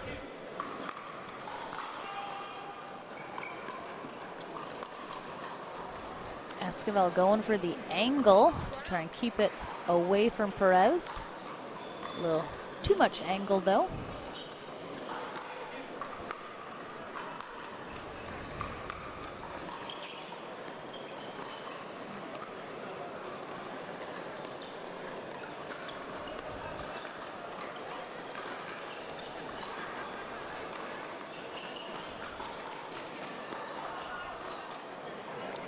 Perez goes for the change-up with the lob. I like the idea, but I just pushed it a little deep.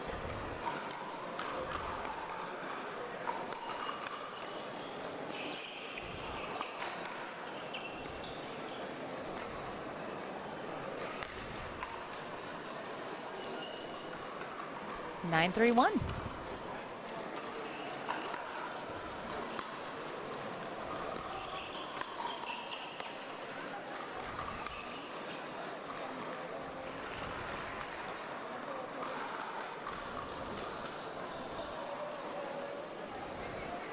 Nine 3-2. Esquivel and Cassidy 2 points away.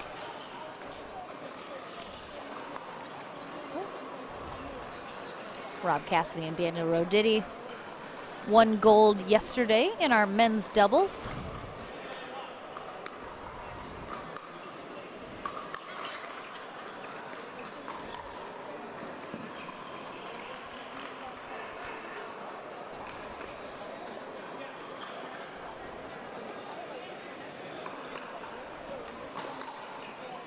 And Esquivel and Lee Whitwell took gold for the ladies.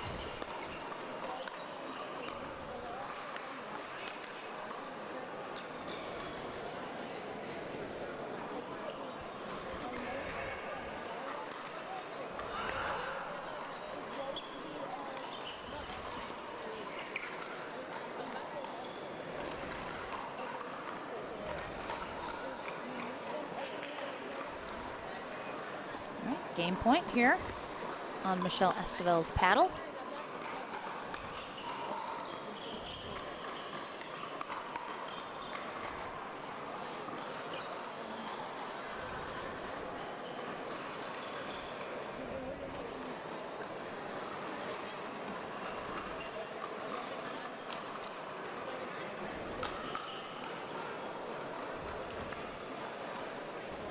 Ten 3-2.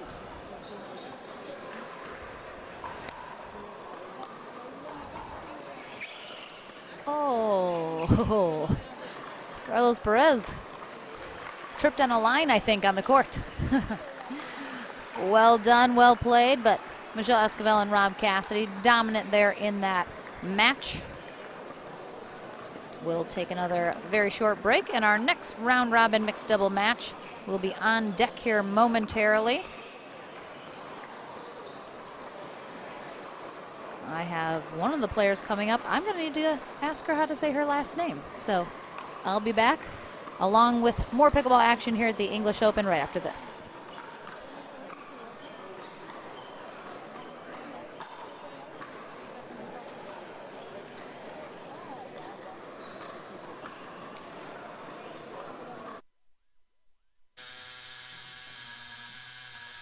What are you guys doing? Getting our duper tattoos? Oh, cool. Hey Cameron, how's it going? Almost done. Perfect. Can't wait to see your number. Number? Duper, because ratings shouldn't be a surprise. Download the app and claim your free profile today. I haven't even started yet. Oh.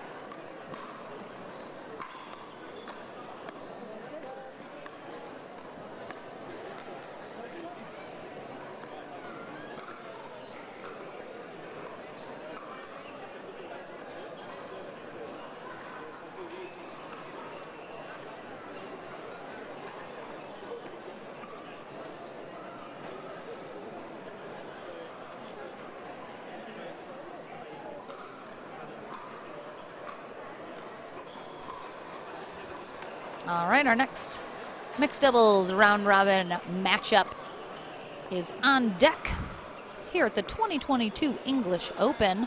Lauren McLaughlin here, happy to be part of the APP team. Ken Herman was able to come over briefly at the beginning of the tournament and meet the wonderful team here in England for the largest tournament in Europe, led by Karen Mitchell and Sam Basford. It's been an absolute pleasure getting to be here, getting to watch some of these really nice matches and see some of the top level talent here in Europe. Hopefully it just continues to grow as the sport grows in Europe and globally. We have on the far end from England, the #1 female player in the UK, Thadia Lock, playing with James Chowdhury. I'd say probably one of the top players in England now, comes from extremely high level tennis. Been playing pickleball about 7 or 8 months now, but already quickly one of the higher level competitors.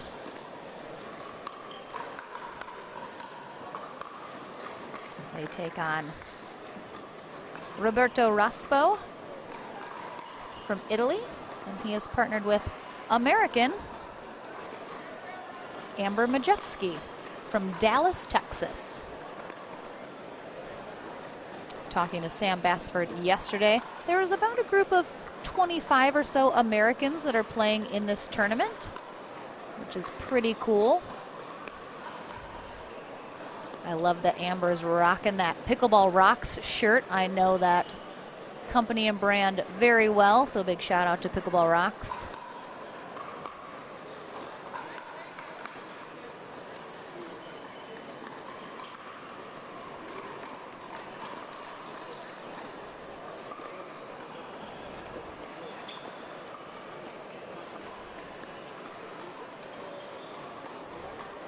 Nice little dink rally there. Chowdhury comes out on top.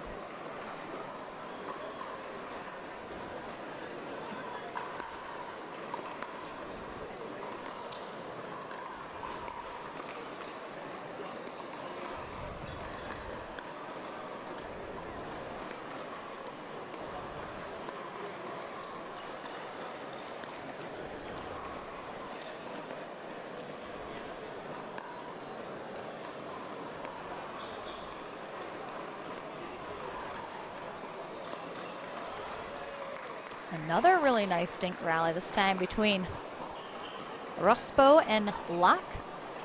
Thadia Lock was actually introduced to pickleball by Lucy Kovalova, one of the top female players in America.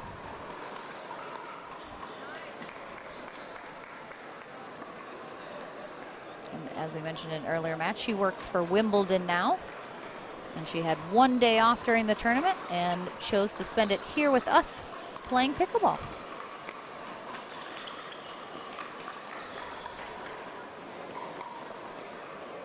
Nice dig there from Majewski.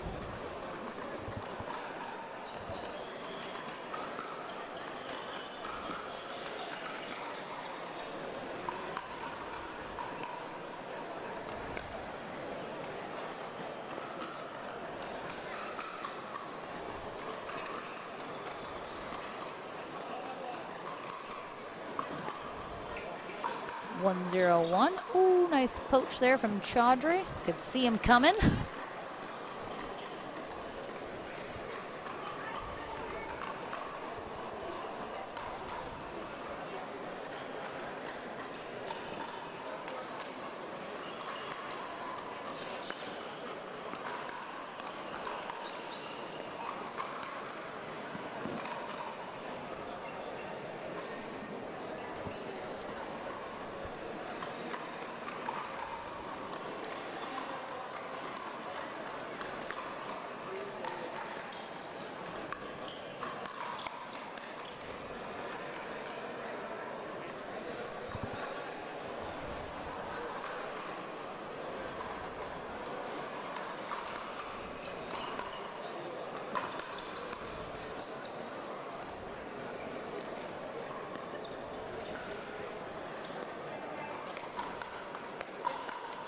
Nicely done there from Majewski and Rospo.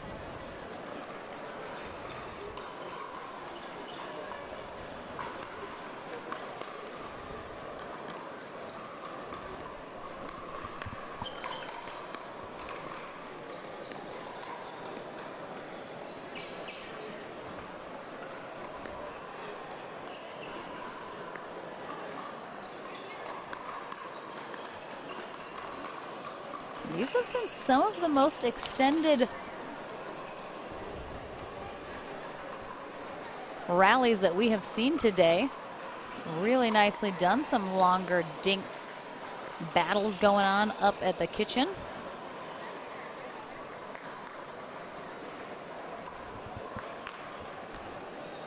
Chowdhury and Lock out in front though. Continued to point by point, just methodically add those to the scoreboard, while Majewski and Rospo still looking for their first point.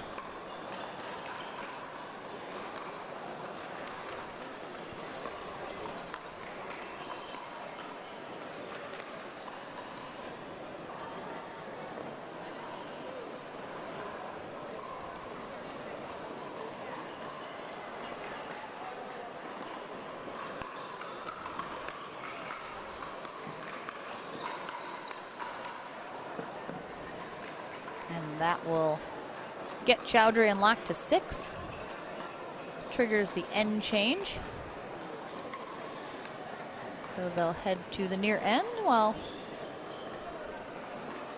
Amber Majewski and Roberto Rospo head to the far end. I have to imagine this is a blind date for Majewski and Rospo.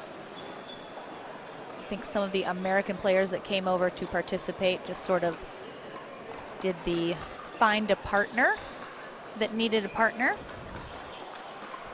So a super cool way to meet somebody new, most likely from Europe.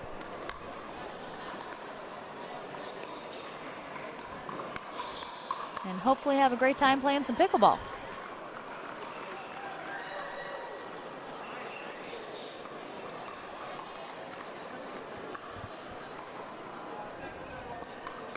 .701. Great drive there from Lock. Just right up the middle. No matter who you're playing, almost always you're going to have some level of success going for those middle shots.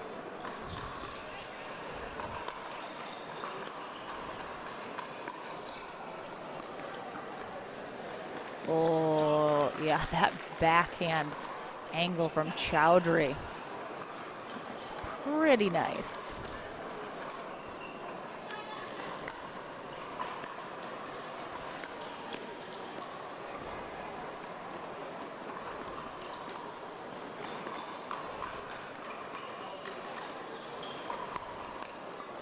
Oh, Majewski almost able to dig that out, which is so tough to do, to anticipate an overhead. But she stayed nice and calm. Just didn't quite get her paddle on it in the position she needed to. And a game point here for Chowdhury and Lock, and they'll get it done. So well played. And that brings us one match closer to the end of our round robin. And what a treat we are going to have coming up next. Sam Basford is taking the court. He's our co-tournament director here this weekend. So that will be super fun getting to see him play for the first time here on center court at his tournament, the English Open. So we'll take a short break and be right into the action in just a few moments.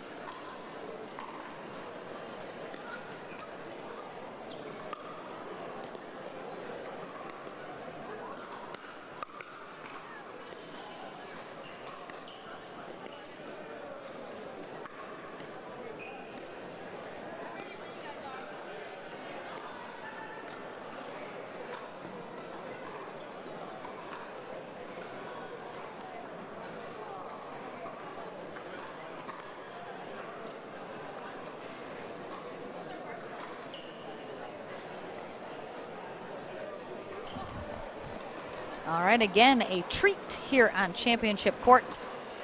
At the English Open, we have our co-tournament director of the tournament, Sam Basford, on the near end in black, with partner Denise D. They are taking on, from Spain, Maria Fernandez Constantino, and Louis Laville from England.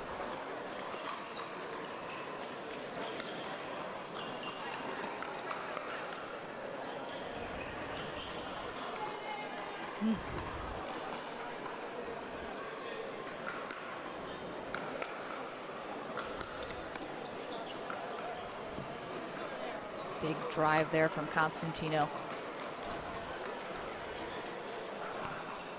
Constantino, just 19 years old, out of Spain, easily one of the top females, if not the top female in the country.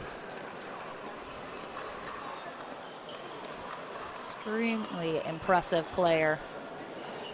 Has some ridiculous angles on some of her shots.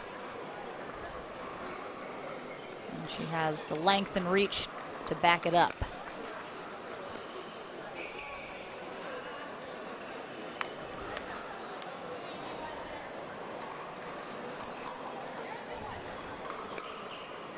Zero, 2-1 in this 1-game-to-11 win by 1.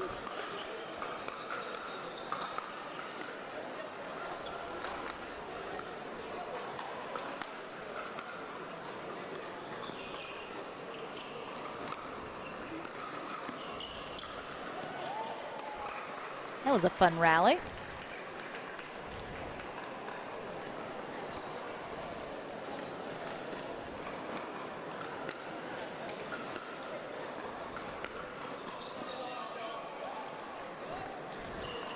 Gorgeous drop there from Basford.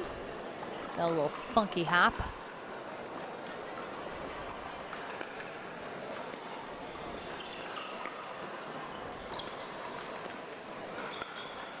Oh, that's the type of angles I was talking about from Constantino.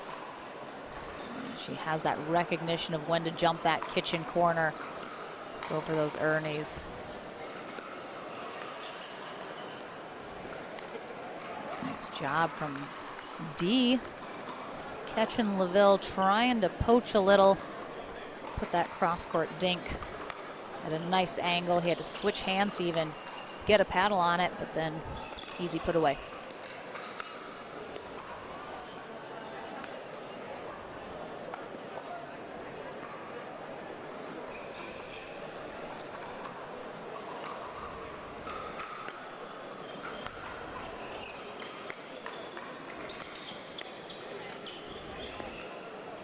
Basford gets tons of topspin on those third shot drops.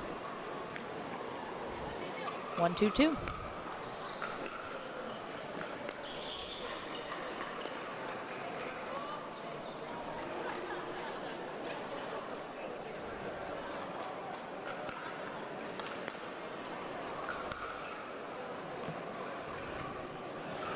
Just wide.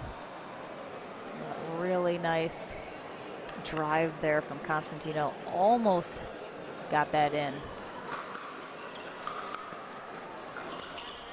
I mean, what? Look at that shot from Constantino. Just like barely swung through that, put so much topspin on it, and the angle. I mean, yeah, I think hands down she's got to be the #1 female player in Spain, if not a larger area. Very impressed with her play.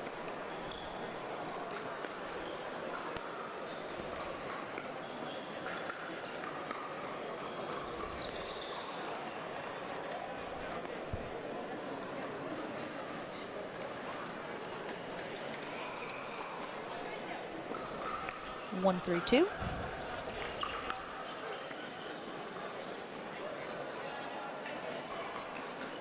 We got to see younger Basford Jamie playing earlier with Irina Tarashenko. Fun to be able to see both brothers here on court. Met their father, Richard, this weekend as well, who's playing and around. Just a lovely family.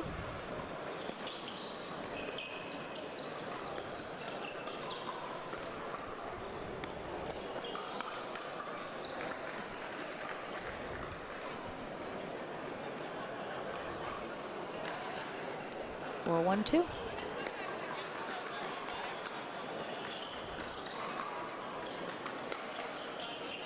Whew. Nice put away there from Basford. Really nice form.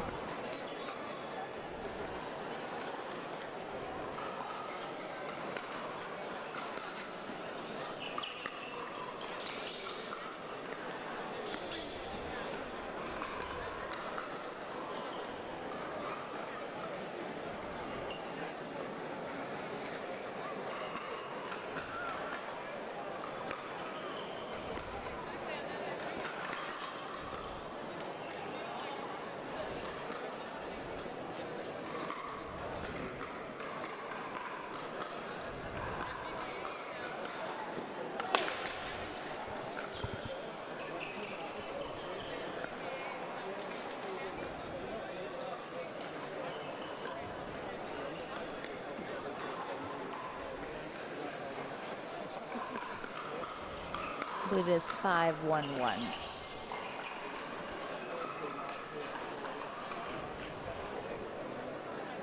Five, 1-2. Basford sends it a little long again, and that will get us to 6 for Constantino and Laville. Laville, the #1 male pickleball player in the UK. He's been to several tournaments in the States, including the US Open, Nationals, and the APP Plantation Open just a few months ago in Florida, where I got to meet him for the first time. Happy to be back, seeing him in action more.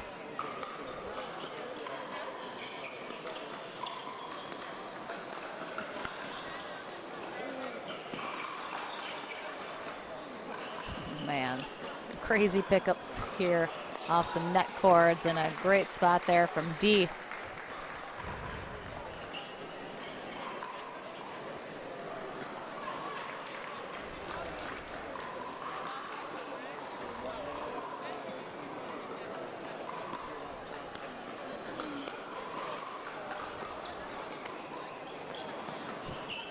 Laville going for a little slice volley, trying to drop it right over the net, but leaves it a little short.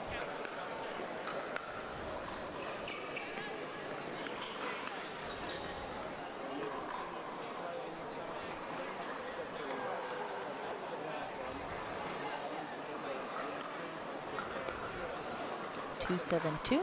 Ooh. Yeah. Basford just been overdoing it. Just a little too much on a lot of his shots.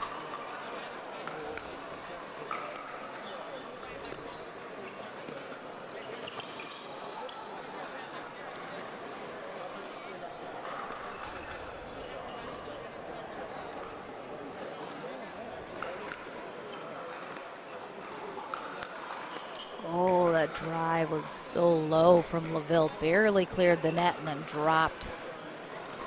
Basford might have thought it was going into the net.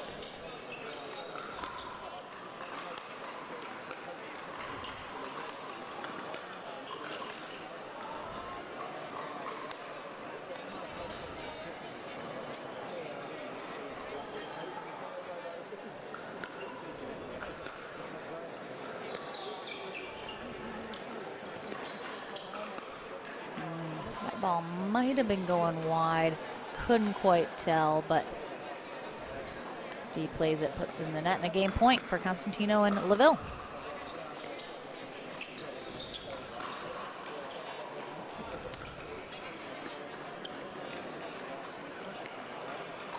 Again, Basford just overdoing a little. Maybe Just a little too amped up here being on his own center court at his own tournament. But nicely done for Constantino and Laville. We're on to our next match. Only 5 left here in the round robin portion. Coming up, we're going to have a good one. Cassandra Gerke and Josh Gilmore take on Daniel Rodity and Lee Whitwell. That should be fun. We'll be back in just a few moments with that match.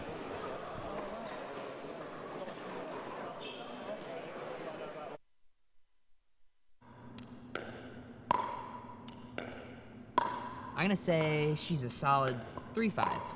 Nah, she's definitely a 2.5. Guys, look at that forehand. She's clearly a 3.0. Guys, come on. I'm at least a 4.0. Yeah. Fair enough. Ratings don't have to be hard. Duper. Optimized for accuracy, optimized for fun. Download the app and claim your free profile today.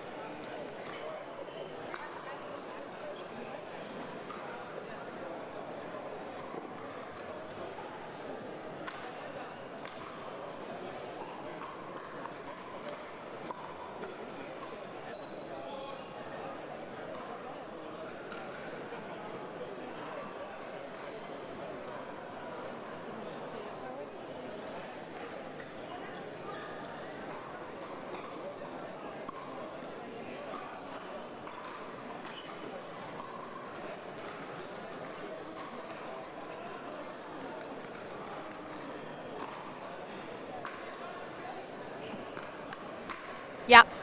Oh God, he turned my mic on right as I screamed to Lee. All right, Lee Whitwell and Daniel Rodity on the near end of the court, taking on Cassandra Gerke and Josh Gilmore on the far end. 1-11, win by 1. Even though we technically have 3 American pros being represented on the court, only one is originally from America, Cassandra Gerke. Lee Whitwell originally from Gibraltar. Daniel Rodity originally from Mexico. And Josh Gilmore, a local Brit.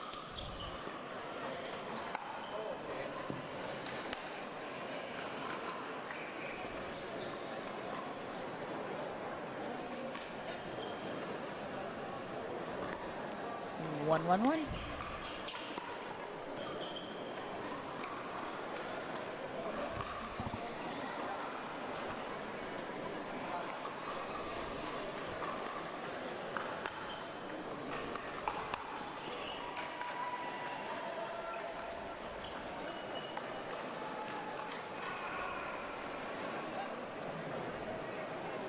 Two, 1-2.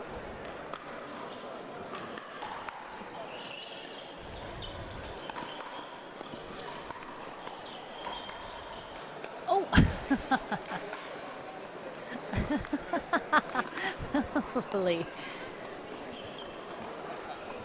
Lee chastising Rodity. What were you thinking? Oh, that ball took a funky bounce.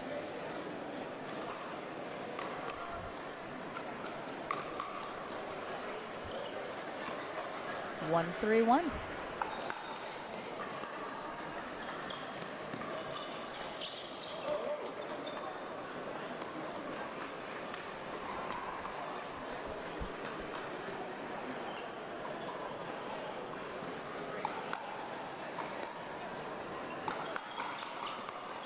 Nice poach from Whitwell and Rodity there to clean it up.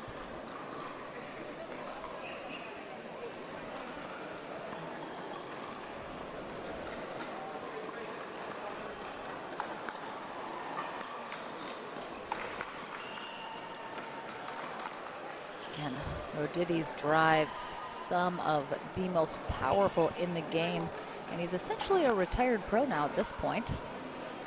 Doesn't play a whole lot of tournaments, focuses on coaching instead, and he's doing a little bit more commentating these days, especially on the APP tour, along with myself. Always love being in the booth with Daniel. And a quick run here for Rodity and Whitwell puts him on 6. Gets them the end change. And Gerke and Gilmore will head on over here to the near court. But Rodity looking to continue their run here.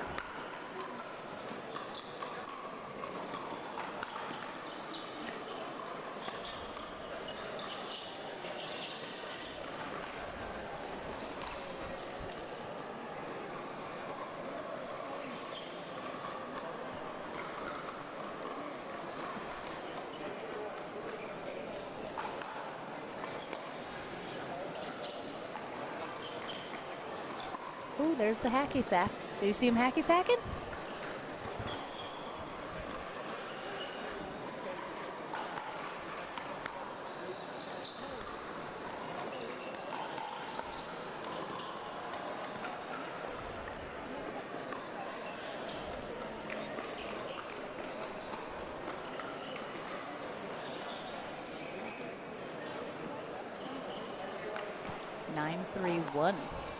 Yeah, Whitwell and Rodity have kind of gone on a tear here. Finally miss a shot, but Whitwell will take over as second server.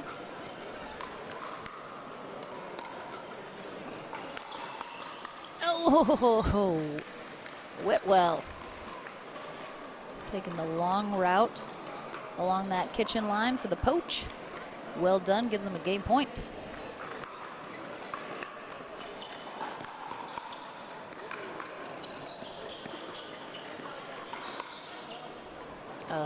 Wide. So Rodity and Whitwell kind of got in control and stayed out in front the whole time. closing this out. So another one in the books. 4 remain. We'll be back with our next one right after this.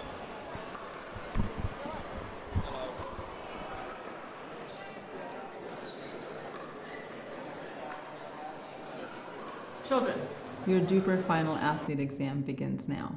You, how much does it cost to have a rating? It's free. Deckel, how many different types of ratings are there? 2. 1 for singles, 1 for doubles. Cameron, who can have a rating? Anyone. And world peace. Duper, bringing world peace to pickleball ratings. Download the app and claim your free rating today. Congratulations. You are all smarter than you look.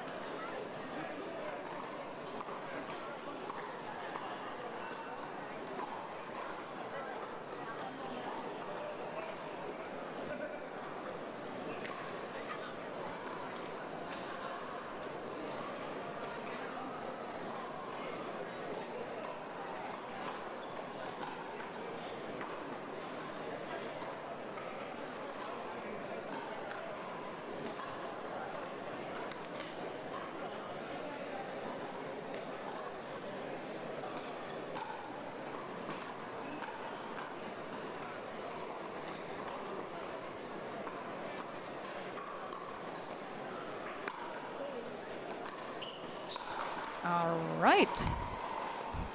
May have had some pros and taken a little nap before this match, but it's getting to be that part of the afternoon. But we're into the action now for our next mixed doubles matchup here in our round robin. Rob Cassidy and Mcelveen Esquivel on the near end, taking on Edward Hares and Emily Jelly.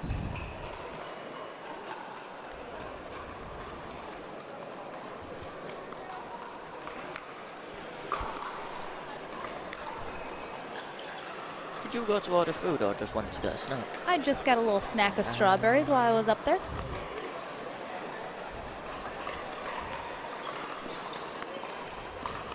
Oh, Esquivel with all the angles there.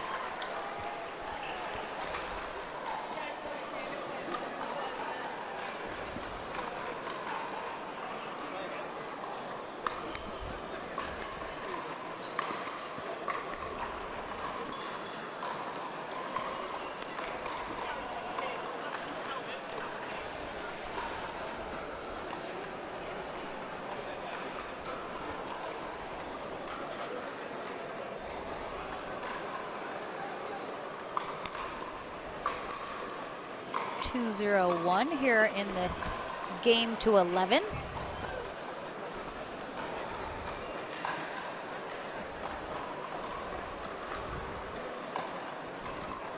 Win by 1. They'll switch ends at 6.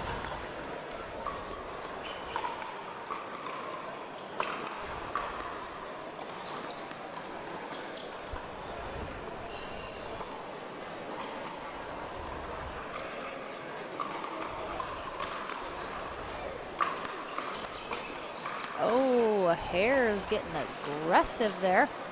Almost took Jelly out in the meantime. 1-0-2.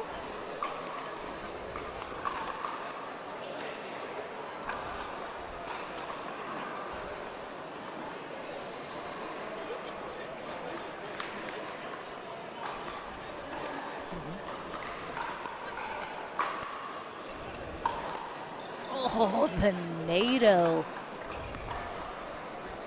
Left it a little wide, though. A little too much twister there.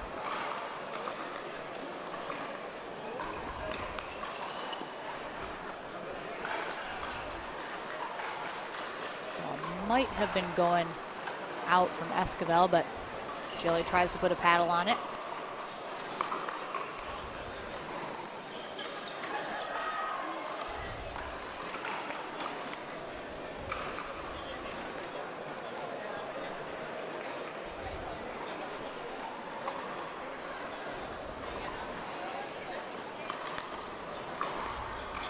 Four, 1-2. Side out. Let's see if Hares and Jelly can add a few more points on the board here before we get to the end change.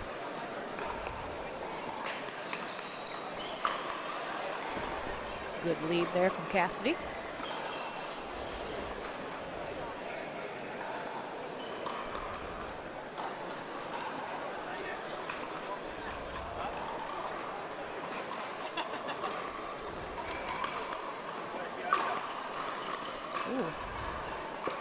Stays in. Good recovery from Esquivel off that net cord, though.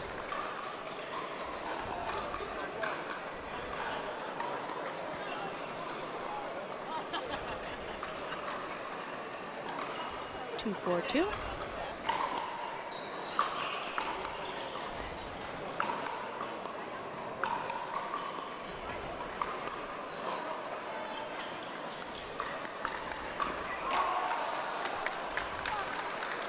Nice hands there, nice rally all around.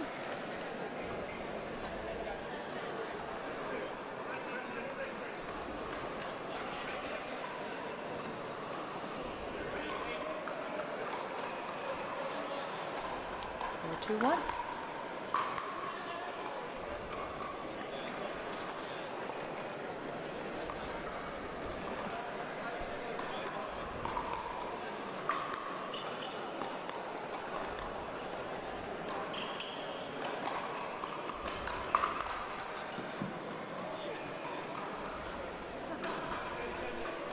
I think, no, I don't think so.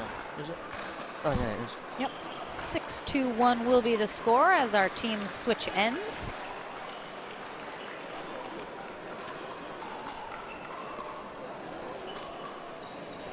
With the hesitation to switch them, I thought I were a bit short. Oh, nope. Nope. Just every once in a while, people seem to forget they got to switch.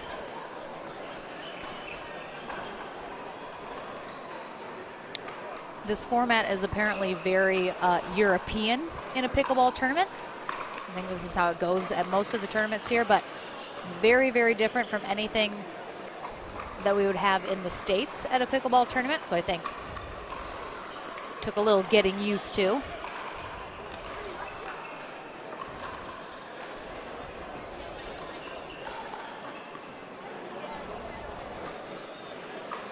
(6-2-2). Oh, a little subdued NATO there. It's like a level 2 NATO. Not too crazy. Does sound a bit like I'm saying NATO. Yeah, well, that's what, when you very first said it, I thought you were on about NATO as the alliance.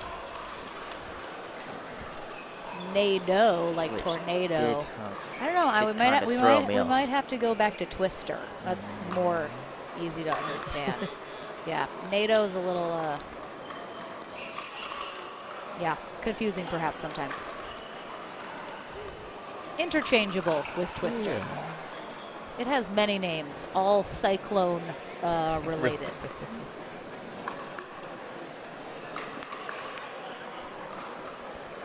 It's going to bring us to a game point here for Esquivel and Cassidy. 3 games remain in our round robin portion, and then we're into the knockout bracket.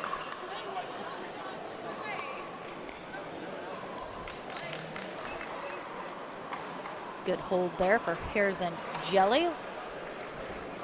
Looking to do a little more damage here.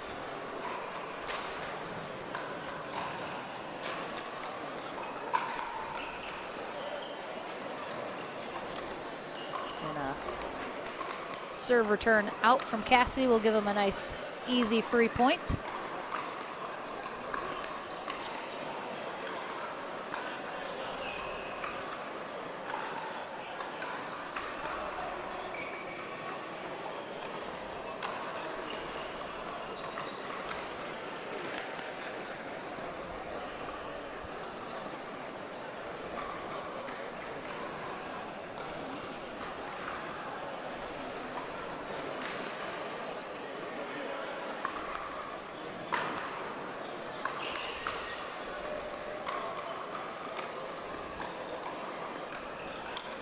Oh, great angle there from Esquivel with that backhand. And another game point on Rob Cassidy's paddle.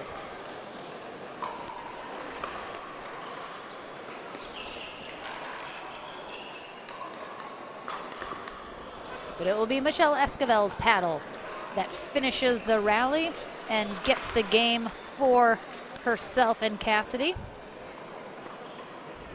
Well played from Edward Hares and Emily Jelly. We'll have our first of the final 3 mixed doubles games coming up momentarily here at the 2022 English Open, live from Southampton, England. Lauren McLaughlin here on the mic. Pleasure to be here for the APP Tour's first international stop. It's been an absolute pleasure. It is our final day of coverage here for the tournament. Final day of the tournament. So lots of fun still to be had, some more pickleball to be played, and we'll be back into the action in just a few moments.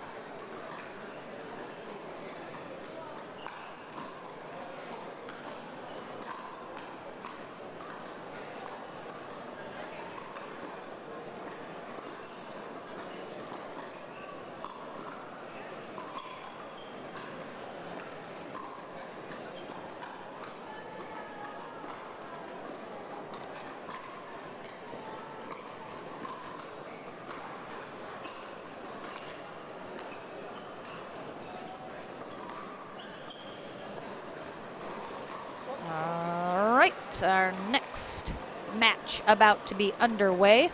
On the far end, James Chowdhury and Thadia Lock are facing off against Pep Giuliano and Pia-Lena Ander.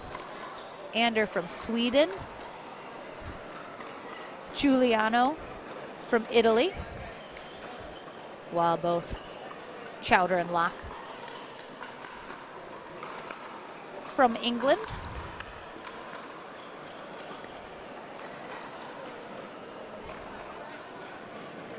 Pia-Lena Ander, one of the top players from Sweden. Got to see her several times here this weekend, including in the MLP event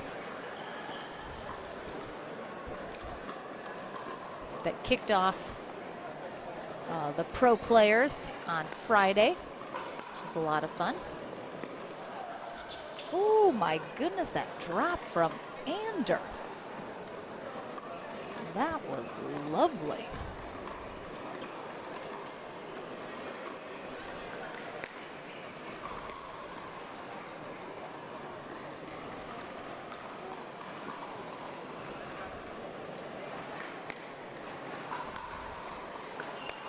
Oh, a little net cord there.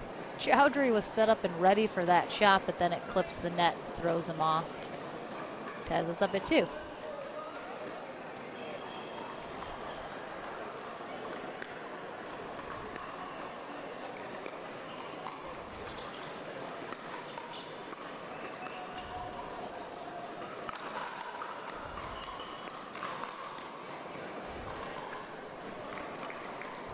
Well done by Chowdhury. Getting aggressive in the middle there. 2-2-2.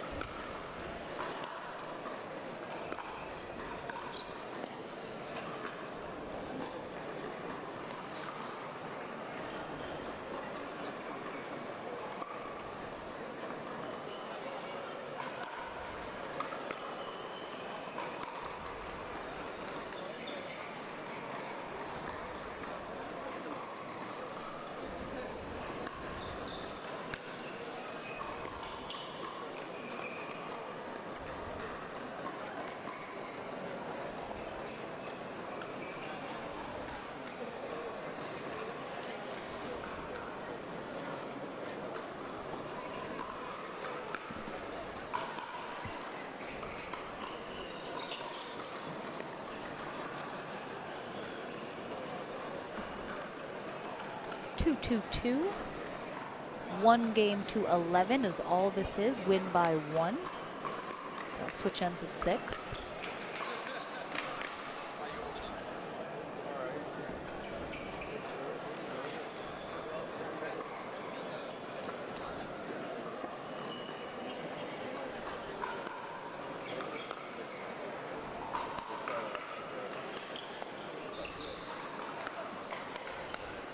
Oh, that ball was going out from Ander, but Lock plays it.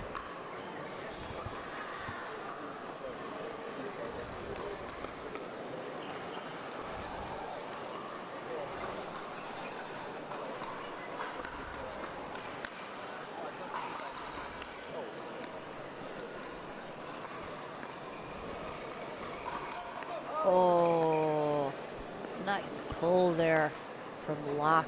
Not only does she go for the speed up, she changed it up, went straight up to Giuliano.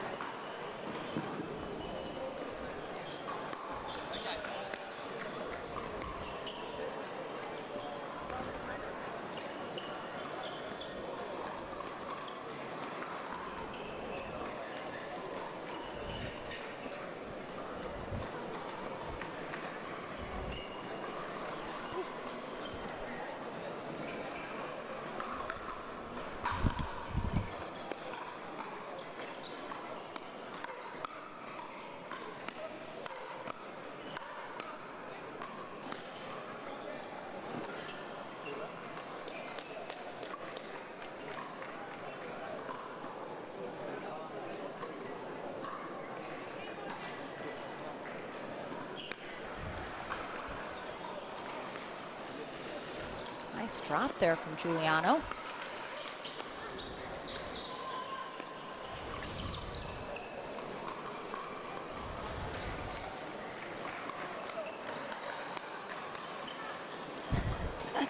Could see Lock was engaged, ready for that next one, but Chowdhury decided he would like a shot as well. Comes over and poaches that. 4-2-1. Yeah, nicely done there from Lock. Recognizing the pop-up from Giuliano. Takes that out of the air. Very aggressive with it.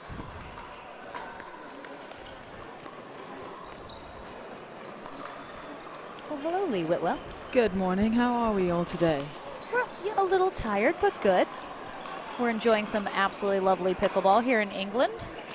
Definitely. Lovely weather, lovely pickleball. Lovely people. It's turning out to be a great weekend, isn't it? It sure is. All 4 of these players, people I just met this weekend, and I love them all. So they're all fantastic. Yeah, James used to be, in his youth, one of the top British players in tennis. He was telling me, yeah, I was going to be going pro seriously and had a couple crazy injuries that sidelined that, but yeah, I mean. And I love that he's coming into this pickleball space and now just trying to figure it out. And you know, he was saying that the Americans that came over play very differently, and he's learning a lot and trying to figure out, you know, his style, how he wants to play, etc. And I think that he's got a lot of upswing in his game. Yeah, for sure. Oh my goodness, look at it. What? What? Technically, he played an out ball, but you know. I mean, if you're gonna do it though, make it look good. Right. Very impressive rally there. And it was fun. Thadia Lock was introduced to pickleball by Lucy Kovalova and works for Wimbledon now. Yeah, she doesn't get to play. Yeah, doesn't get to play as much pickleball as she'd like because she's too busy adulting. But it's got, you know, just took on a new role at Wimbledon and has been there all week. So has a day off because it's middle Sunday. So Wimbledon never plays on Sunday, first Sunday. And they actually are this year, aren't they? Sorry? They're playing today. Are they? Yeah, it's first time ever, I believe. There is no break on the Sunday. Wow. Sorry to interrupt. I did hear she got the day off though. Yeah, but got a day off. But that's tradition. Yeah. Oh, that's so. I think something with the schedule. They was trying something different. Obviously, we're used to rain, aren't we? So. Right, but there's been no rain, has there? Not really, no. But they'd already pre-scheduled to play it today. Interesting.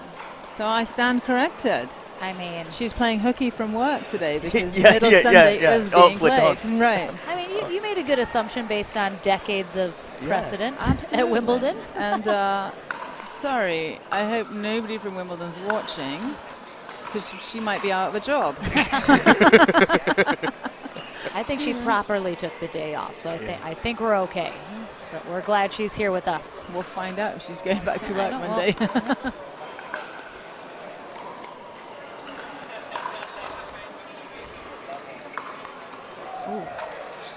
But Pia-Lena Ander, one of the coolest ladies and one of the top ladies out of Sweden. Yes. She's been playing amazing all weekend, very impressive. And Pep Giuliano representing Italy, along with his sister Auntie, who's here as well. It's been a fun international weekend, and a lot of the international players haven't been exposed to American style pickleball. I'll call it American style because we're sort of in the driver's seat of the growth of the sport right now. Yes. And they're all very excited to come over and do some training camps and play some tournaments and get better because they don't have. Think about it. In the States now, I mean, pickleball's grown so much, but we all have a ton of people to play with. Yes. At the top level, you know, 5-0 and above, there's a handful of people in each country, so they don't have the depth or that well to train with. And they might not even live near each other. Correct. So, hopefully we can start providing opportunities and growing the sport, that more and more people come into that space and start pushing that level, and we create, a healthy group of 5-0 pluses left and right. Yes. And of course, we talked yesterday, but Duper is hoping to facilitate that growth, because as the only global universal ranking system, it'll really help players outside of the United States know where they're at and that they can grow into, those upper levels. Absolutely, and it's been a phenomenal weekend on that. Duper has been so well received, and even today I had so many people from different clubs coming up to me and saying, hey, can I give you my info? We want to get set up. More, and it's just ongoing, which is great because there's a lot of interest. It legitimizes what we're doing and it validates what we're doing because people believe in it. And, it's great to grow the game of pickleball. And I think there is a lot of interest from other countries and in Europe. Like, there's a lot of excitement around pickleball. They just don't quite, they don't have the courts yet. They're trying to get the people, but I think the potential is there for a lot of growth in the next couple of years for sure. Oh, 100%. It's like, I feel like, right now, and I hope I'm not offending, it feels like this is where we were 5 years ago, right? On temp courts, temp nets. Yep. And look how far the sport's come in the United States. And one of the prohibiting factors to growth is not having dedicated courts, because right now your group can play pickleball, but it's predicated on you coming and striping courts and doing all that. So if you don't stripe the courts, no one's going to come play. But if the courts are there, you're organically going to create people coming. Yes. Because there's no effort involved. So, and I think once we can get some dedicated courts built, in all countries, then you'll start to see the sport organically grow a lot faster than it is doing right now. But, it's 5 years ago in the States, people knew what pickleball was. Sure. A lot of people hadn't heard about pickleball. And now in the States, everyone knows about pickleball. They may not play it, but they know what pickleball is. Sure. And that's starting to happen in Europe. People are starting to talk about pickleball. Well, do you think Chicken and Pickle is ready to go international yet? Oh, I'd love it if they did. Can you imagine? Can you imagine a Chicken and Pickle in different countries, especially in Europe? Franchise. Chris Fisher, if you're listening, hit me up. We need to talk. We definitely do. And it's the one sport. Oh, they just ended here. It's the one sport that has transcended all levels, right? Age, race, religion, white collar, blue collar. Everyone gets on the court, and you never know who's on the court next to you. And it's the beauty of pickleball. I love it. No sport like it. There's nothing like. Well, I was like, Major League Pickleball. There's nothing else like it. In pickleball, there's no other sport like it. Absolutely. All right. And Super, there's no other rating like it. There sure isn't. There you I mean, lot of big, amazing things in pickleball right now, and we have 2 final matches left to go. You're in the second one, so I'm not up next. I've got a bit of a break. Nope, you got a break, so you can hang out with us if you want. Excellent. That would be amazing. But we will take a short break here, just a couple minutes until our players get on court and get warmed up, and then we'll be back into the action here at the English Open right after this.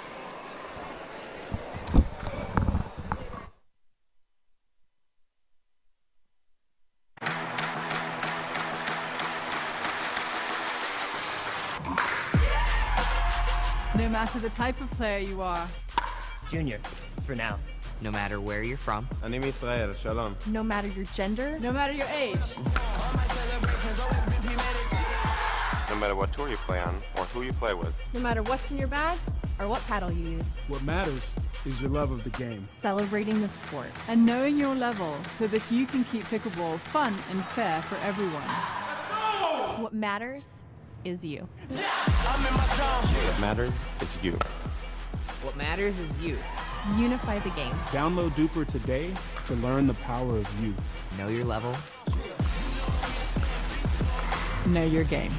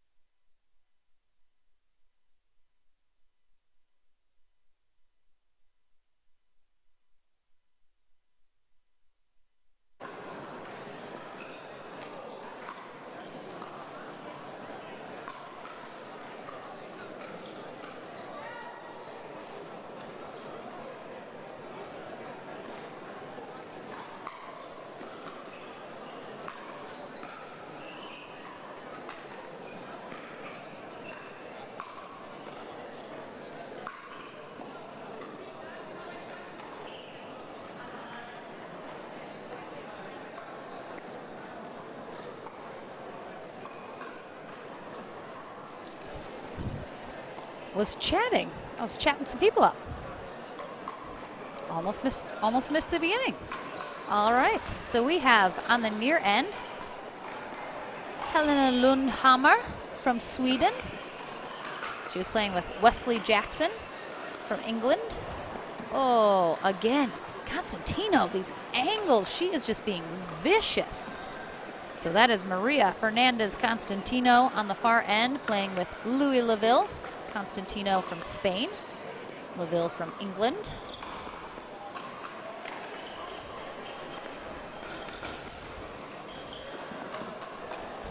Nice coverage of the middle there from Laville.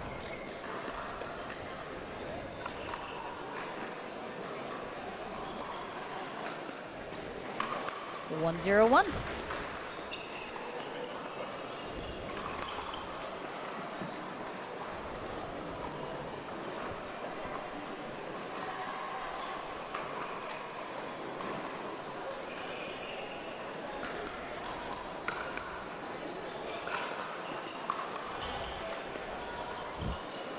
Jackson teetering on that kitchen line, but we do not have a ref. It's very likely there are multiple foot faults every game when you don't have a ref. Just sort of to be expected. Too much else going on for players to really be able to watch those kitchen lines and call any foot faults while they're in the middle of these rallies.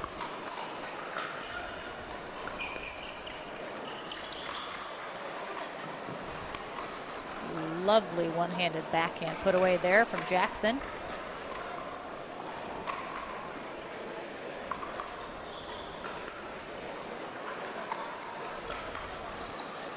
I think it might, oh, Constantino a little too much angle that time.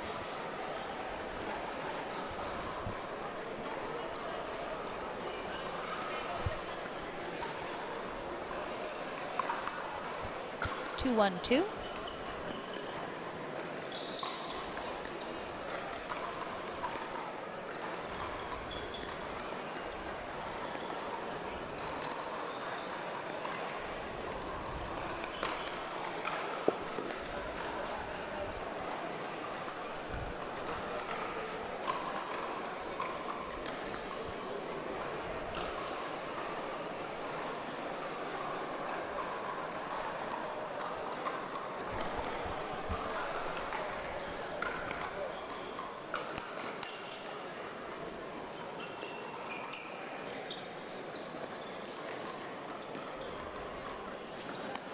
Oh, Laville. Great placement there from Lundhammer. Right at that right shoulder, very awkward, caught him.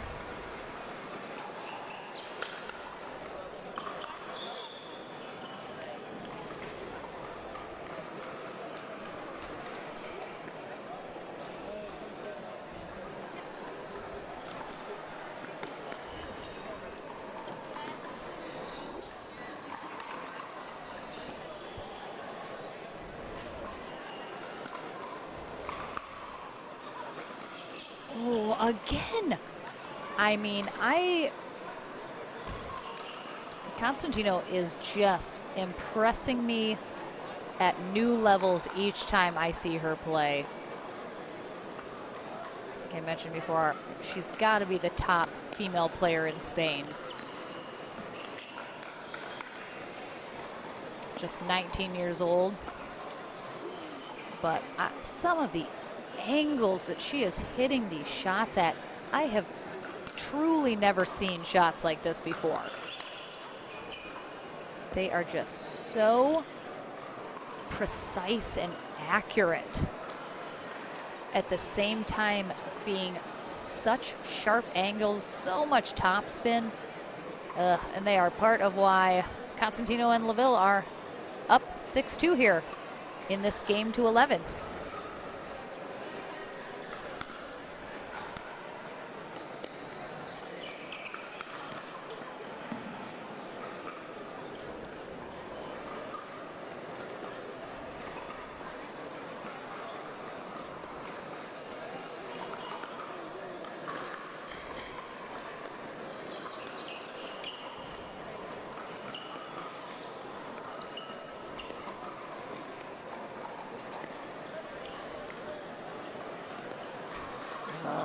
Really nice backhand cross-court dink rally there between Laville and Lundhammer. She just ends up pushing it just a little too wide, but that sometimes is the point of trying to get into those cross-court dink battles, is you're just trying to outlast your opponent, try and get them to either put it in the net or push it wide.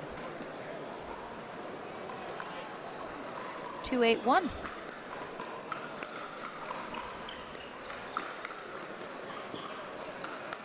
Again, the angles.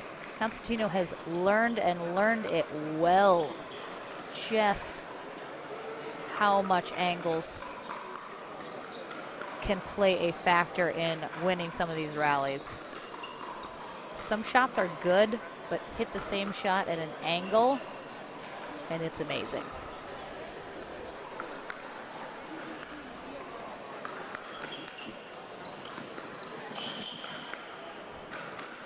Ooh.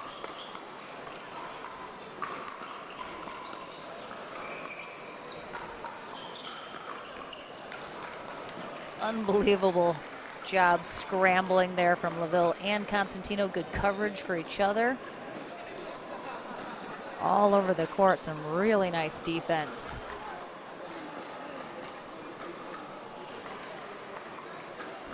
Eight, 2-1.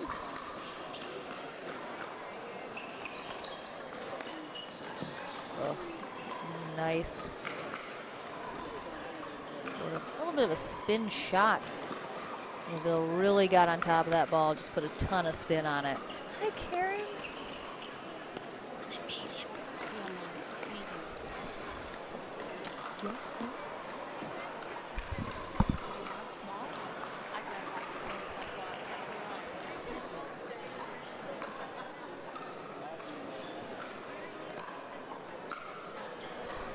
All right, and that is the match. So well done from Constantino and Laville. It's really kind of coming out swinging in the beginning of this game. Never really stopped.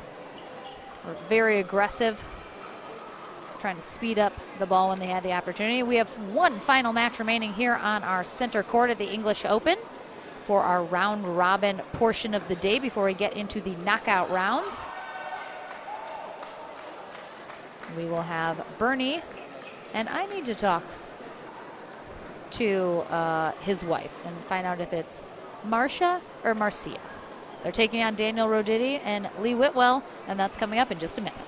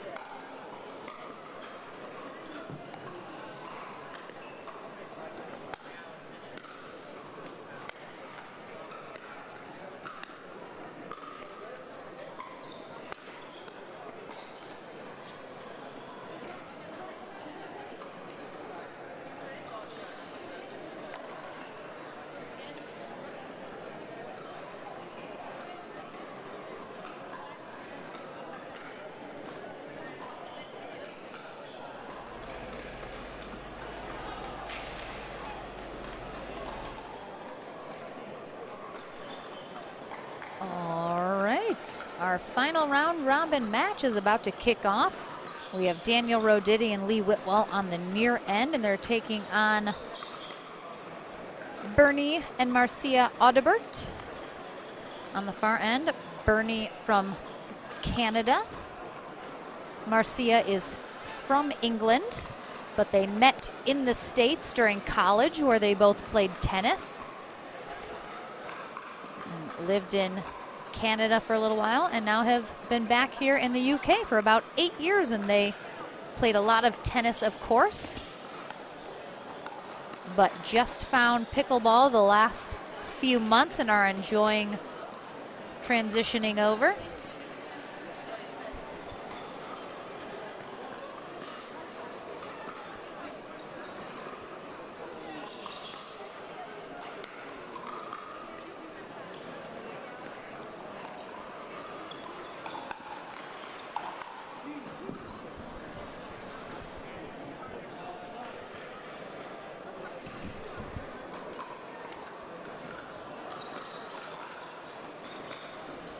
All right, 3-0-1. Rodity and Whitwell off to a strong start.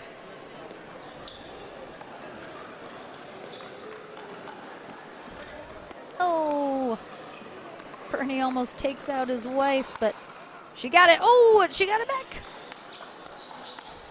Let's go, Audibert. Yeah, there we go. Oh, she's okay. She's probably like, we're going to talk about that later. Well played from the Audiberts.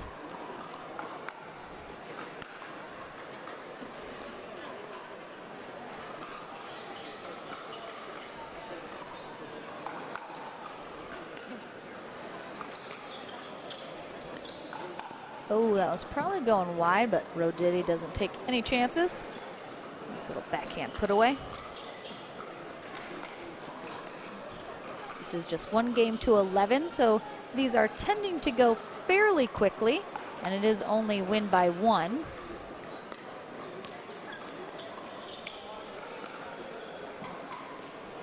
That'll be 6 points for Rodity and Whitwell, so they will change ends.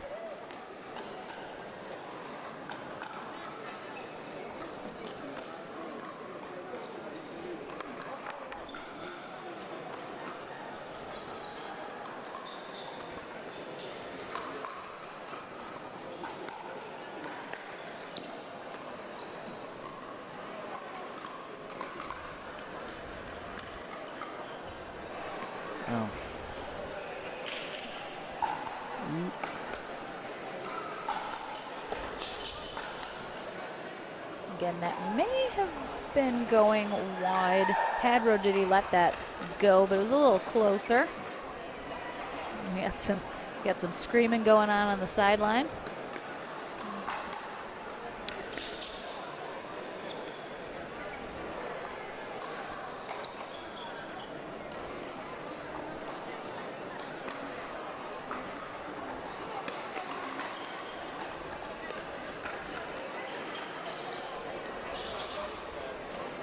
Bernie Audibert trying to get a little cute there.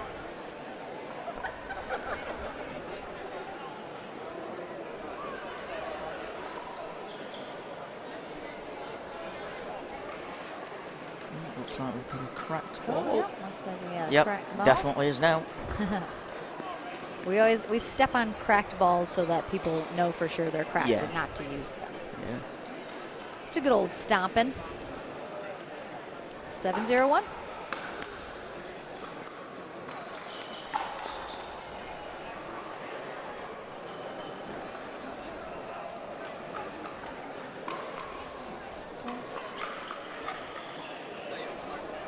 You all right? You all right?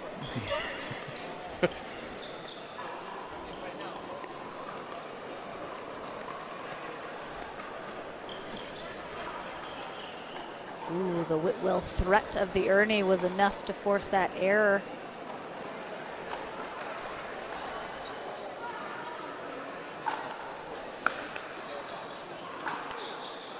Oh, the drive from Rodity is dangerous enough, but Throwing a little net cord clip there. And that is tough to handle. It's going to be a game point.